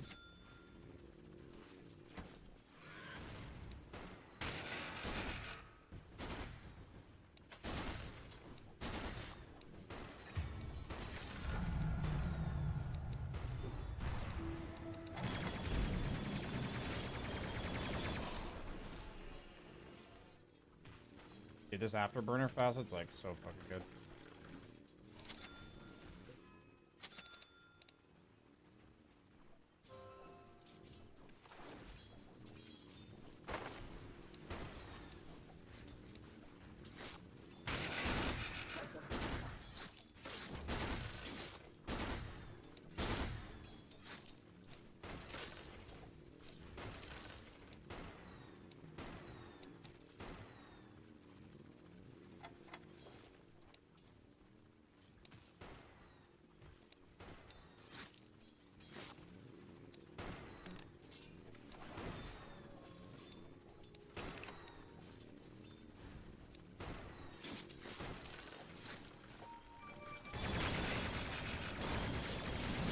Should have definitely stunned them when they both were together. You gotta wait till Marcy jumps to stun. You don't need to stun the punch. Что ты на меня пиликаешь? Бро, ты взял бруду. Что мы можем сделать с брудой? Я скинул спел, стою, бью. Что я должен еще делать? Ты, ну, еблан? Like, that would have been a perfect play if you just waited. Ты ловишь все коги в ебало.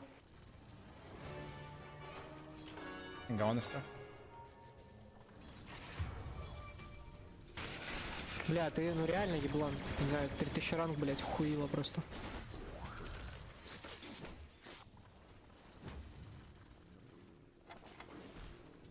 I literally don't have a slot.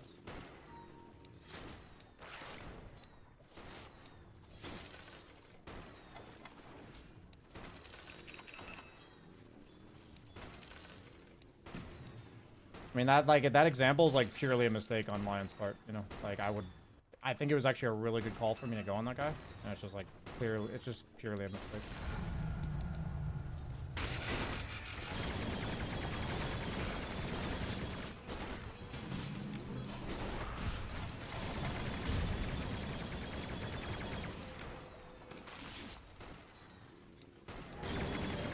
Я очень рад за тебя, бро. Тимберботом.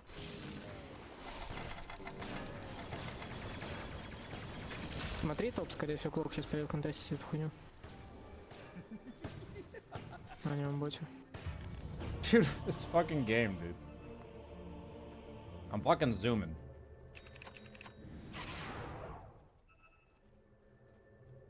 Уебище, мистер 3000 ранг. Я тебя молю, перестань пиликать на меня. Nice. Просто играй в свою доту. И не используй никак карту, просто не взаимодействуй с ней. Honestly, if I had the Lotus... Okay. I'm going bottom.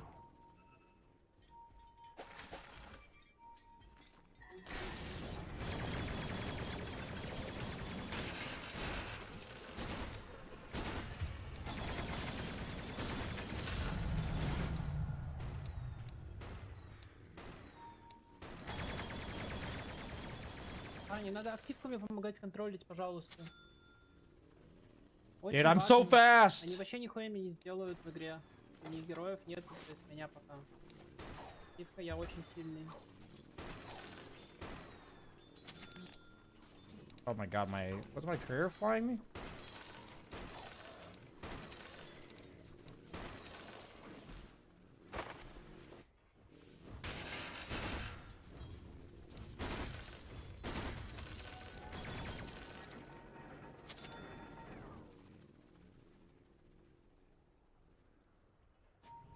Coming towards you guys? Can we kill this clock?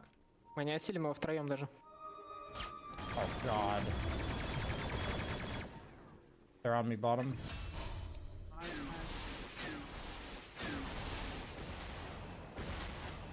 Fucking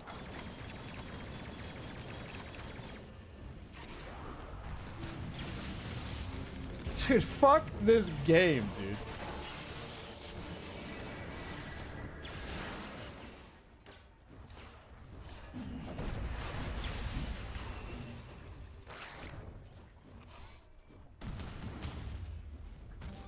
I'm up in a bit. I'm really strong when I'm up.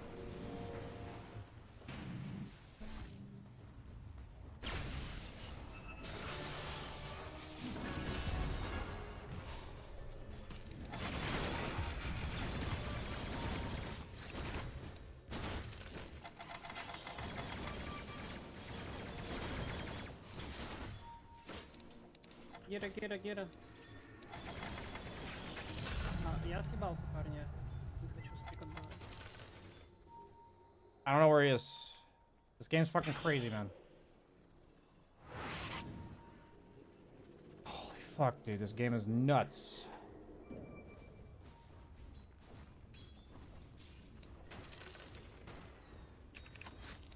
I'm coming top.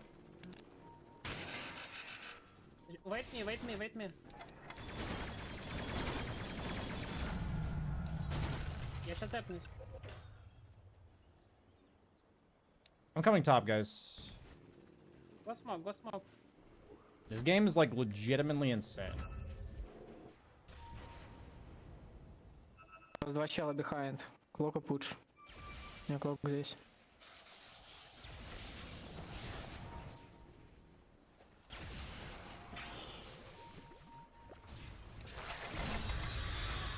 Fine.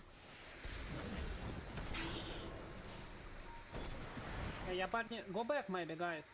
It's too deep.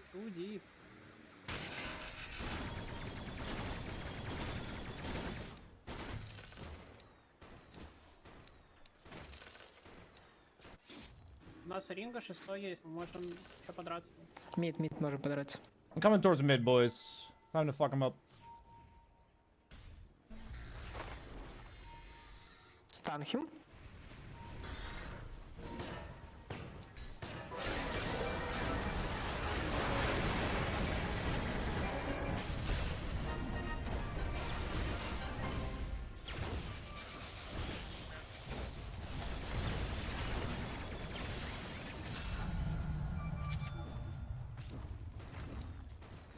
Камень дашь? Да.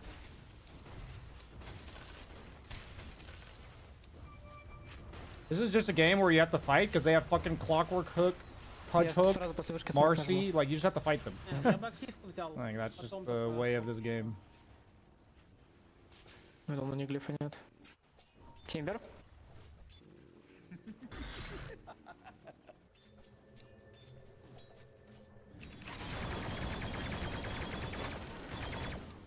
Ah, terrible.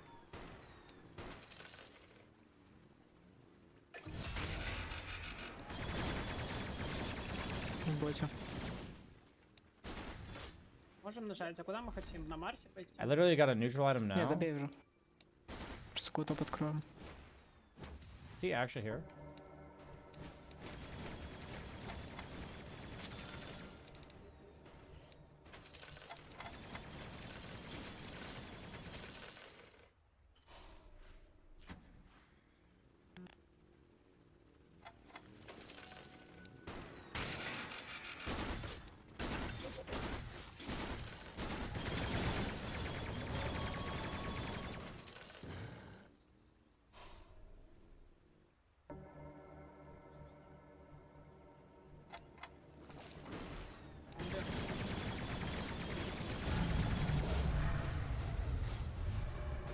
Он придет топ дефать.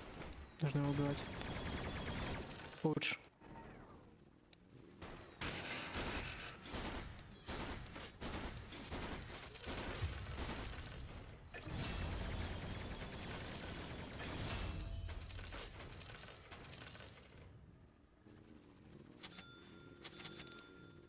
Можем в смолк и в гейт пойти Марс найти.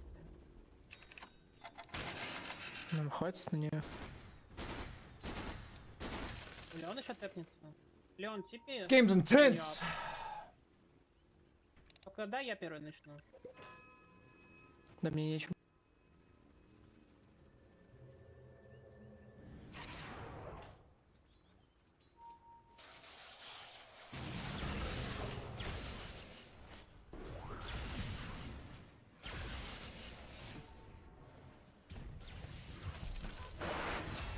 Nice. Nice, nice, nice.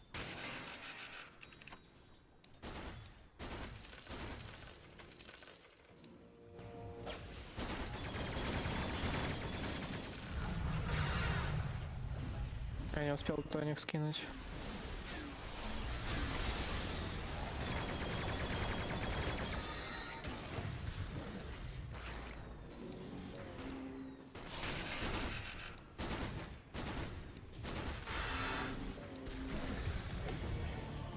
Didn't know we had that. My bad. Here, just farm. It's okay. I'm dead, it's okay. Ящерецность можем отпиздить. Кого угодно. It's okay, it's okay.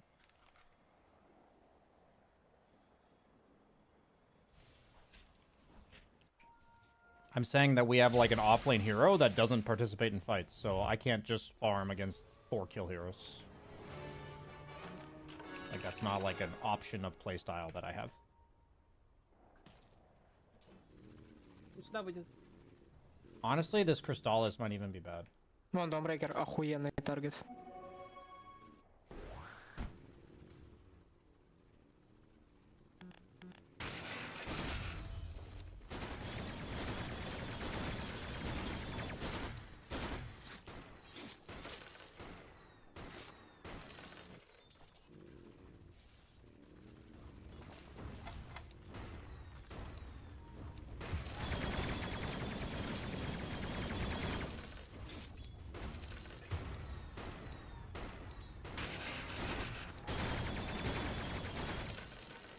Подсивка ща буду.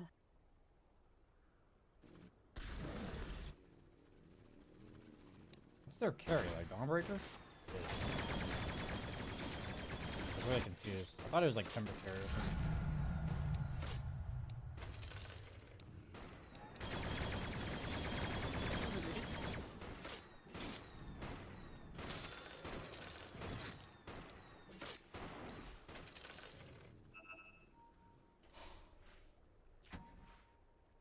I might actually have to go straight Hurricane Pike.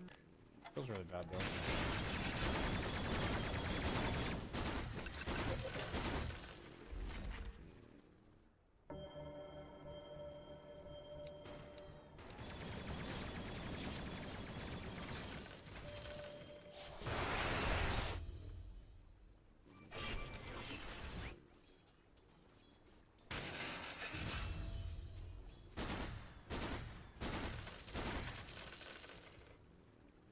Leon, give me mana, please.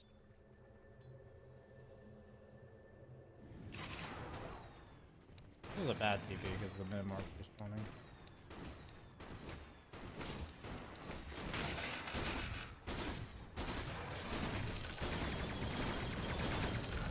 Took the magic res for the mana regen because I'm like running out of mana. Maybe that was bad though because they have like a lot of physical. Можем.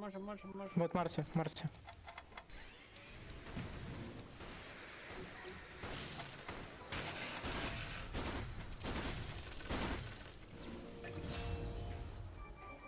Не, по тавер не хочу, парни, по тавер не хочу. Bottom.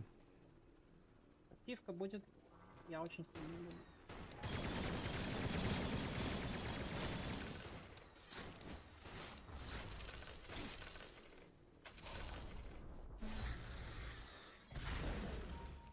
I really wish he mana booted me.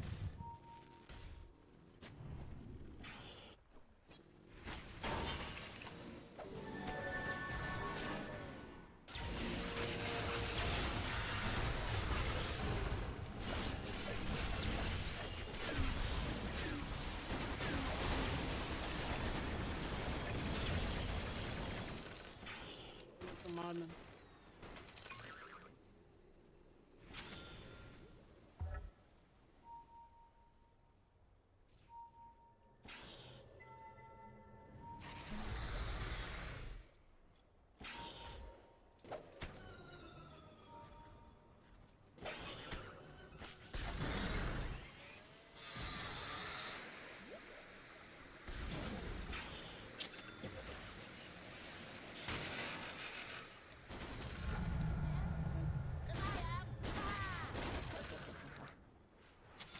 Like really stupid that we're unable to get there.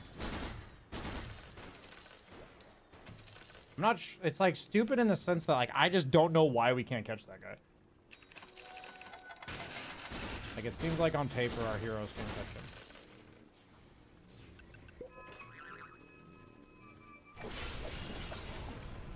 Coming.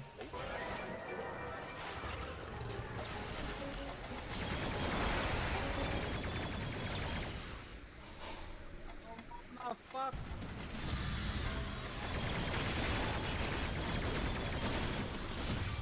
У меня... Я уже Really really not себе able эту хуйню. Ooh, man. Unlucky. I'm actually gonna go Hurricane Pike before Manta.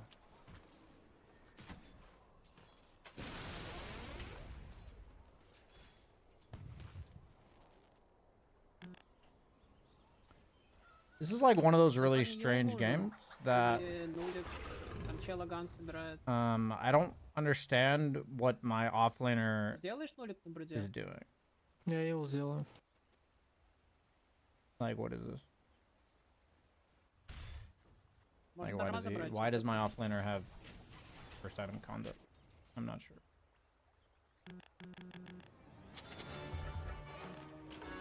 Actually, I don't need to buy that yet. I did not mean to flack there.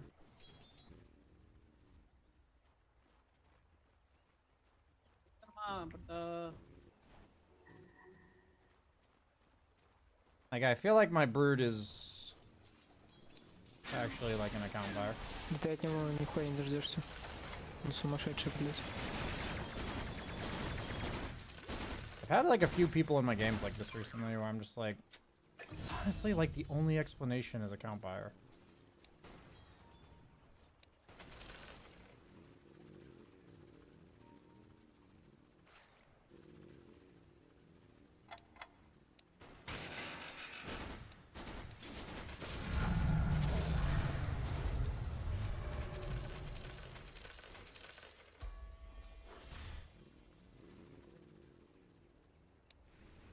I really don't like using the term account buyer though. You smoke before we go game.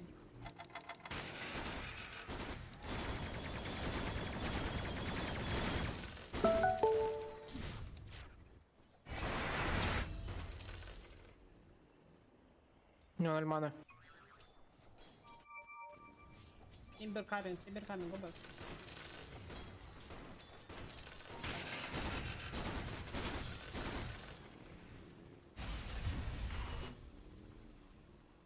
Yeah.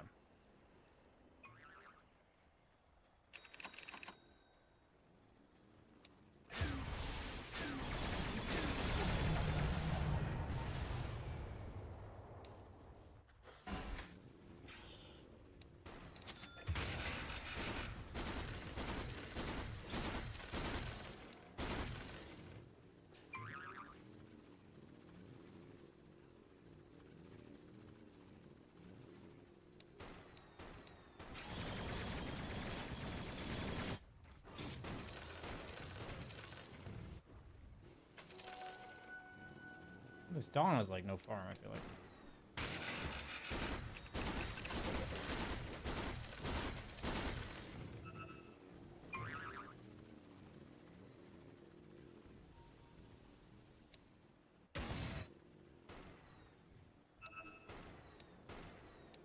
You like think they're here? Like I don't see like what's going on in the game that he thinks they're here.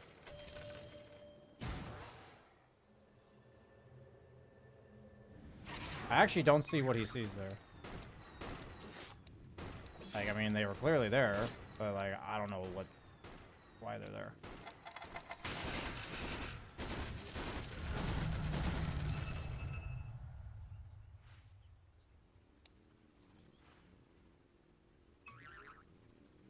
Нет ульты.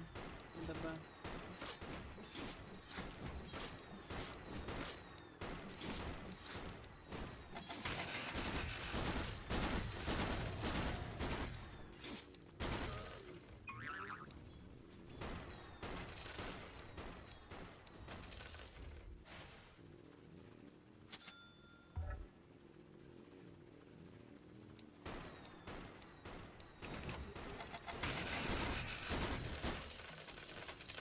I can't be there?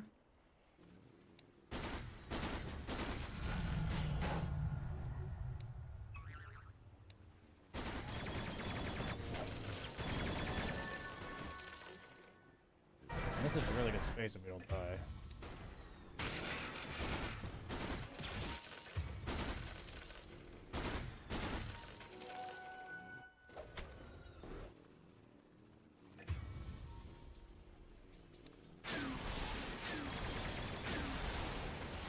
I don't know why you're pinging, Ringmaster. You're playing brute in this game. You're not doing anything. Why are you pinging?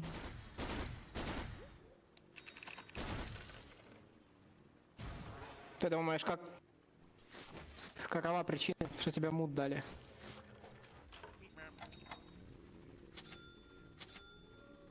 Вот ты как думаешь сам на бруде? Yeah, we can fight for Roche top.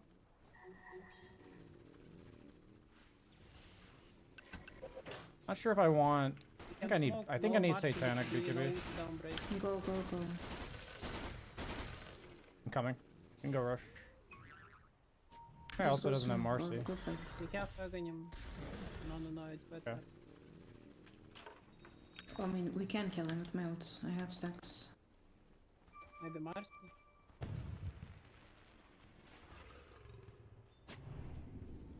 feel like we have stuns. I think we can make plays. Our Brood's not here though. Look at that, she's very low. I don't know. Why are we waiting?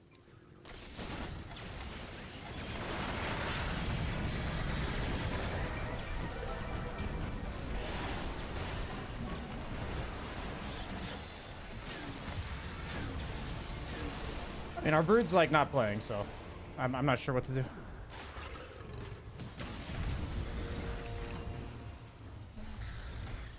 There's like literally no amount of items I can buy that survive here, so what's the play? Can you buy Satanic BKB? Yeah, I will pick Centaur after 5 minutes and I will tank.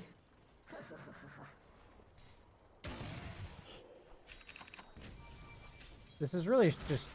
yeah, I honestly just think Brood's an account buyer. I had an account buyer on my team earlier, and it's like an Axe 5 position that didn't buy a single smoke all game, and like literally AFK farmed all game with Blink. And it's like... I don't know what to do But, about If this. we see a hero solo go on, I don't like think they're I can do gathering anything. And we can't fight anymore. Like, I They're strong unironically together. just think there's nothing I can Just do pick about what off. this Broodmother's doing. And it just sucks. Like, I just don't have an offlaner. And they have this Marcy that, like, fucks me up. I feel like we have really good playmaking potential when they're not together, and we need to play for pickoffs. We should not fight them head on.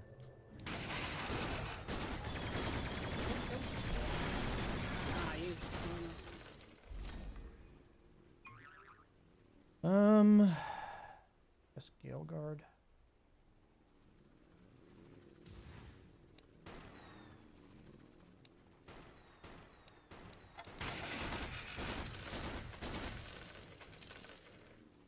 I don't think I can go normal items in this game. Like, I don't think I can go Satanic.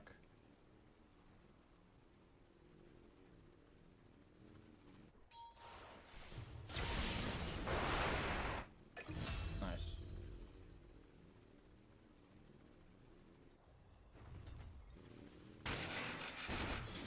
We can find more heal.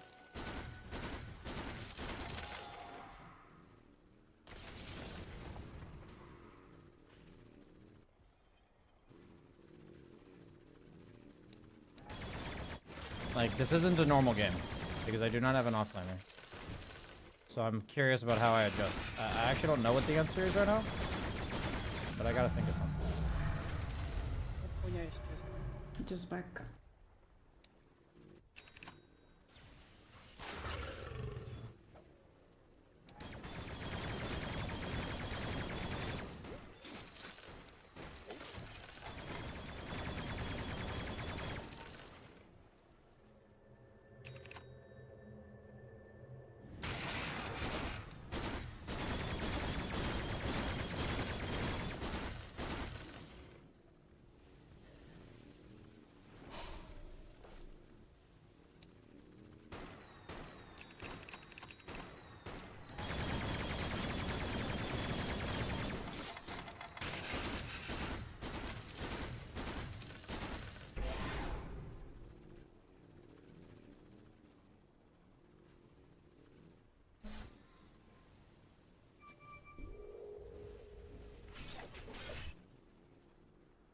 Go on single targets only. We can't fight them right now. Don't break. Don't break.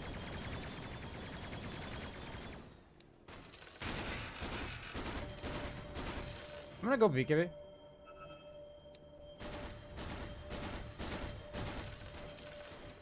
I think I have to. Because of temper. You saw him there.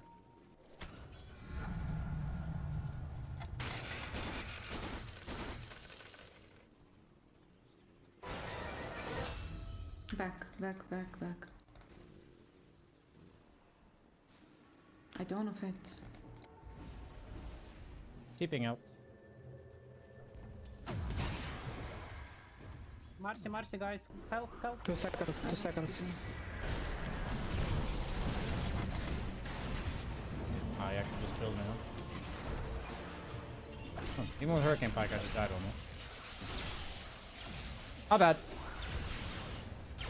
Thought I'd be able to get away from that guy. We can kill Patch. I'm gonna mute this fucking guy. I didn't think he could kill me with just him.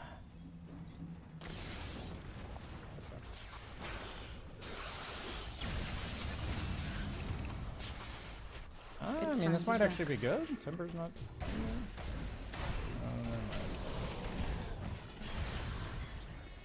Okay, I don't know what to fucking do. Like, I if you will wanna win, die you to need be Marcy. very careful. Kill one hero and go back, that's it.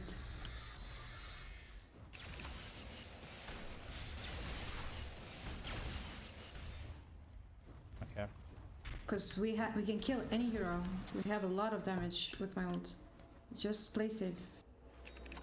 Yep, I know the build. Until we get items, and late game we have better heroes. I don't think we do, actually. I think I can only follow up kills after Dawnbreaker ulti is on cooldown. But the only way to play around this Marcy is a Blink Dagger. I can't actually dodge. I can't tank for his damage ever.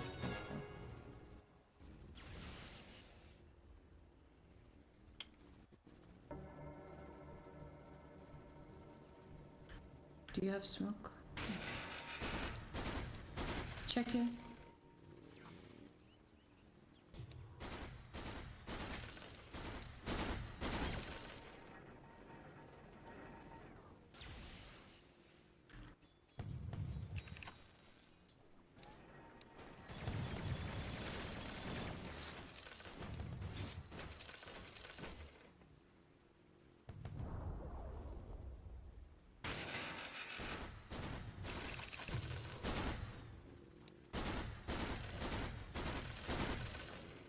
I want to use smoke and kill down. Somehow, we can try. My Lion has like a shit They're ton of finger together right stacks, now, but so... maybe we get an opportunity. She'll go back maybe. Ludwig die. Man. Well, they don't have Donalds. Maybe we can try. Let's go Death please. I'm gonna go use ult on Marcy. Can we TP? I don't do anything. More people.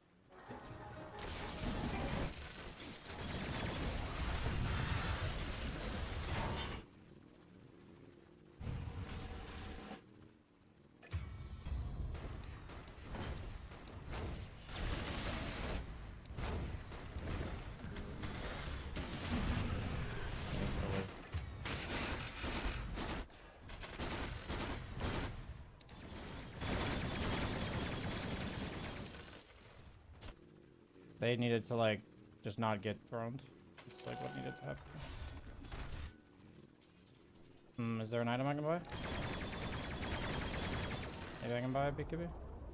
Guess so. I guess I have to buy one.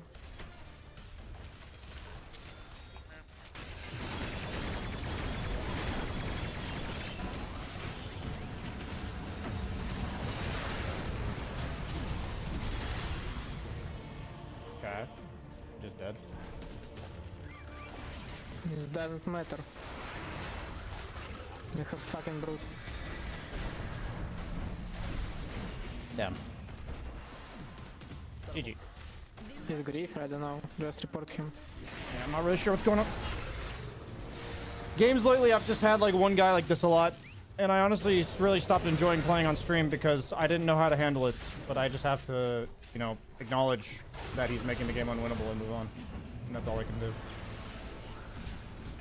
Like, this game is just so easy if he's not playing like this. Very sad. Very sad. But honestly, kind of a fun game anyway.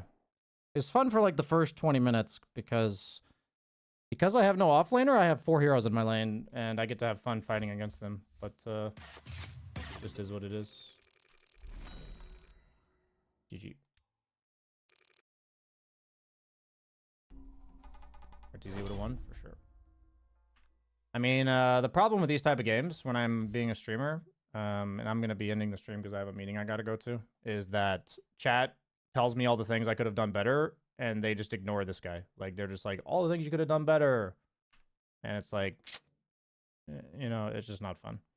But okay, guys, I am not, like, regularly streaming pubs. I wanted to play some pubs, and I had some coaching sessions, so I chose to stream in between.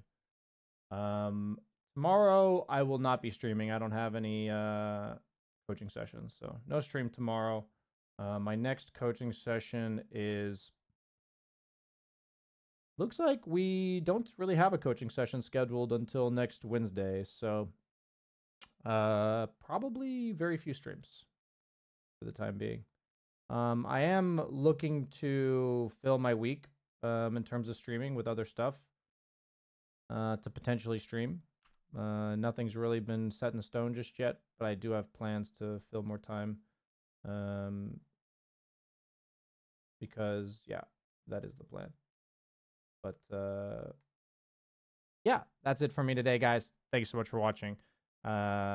Make sure to check out the Coaching VODs channel if you want to see any of the coaching replays. That's here. I'll put this for all the viewers. I think my main takeaway from today is to, once again, not stream pubs. But I did, so lesson learned.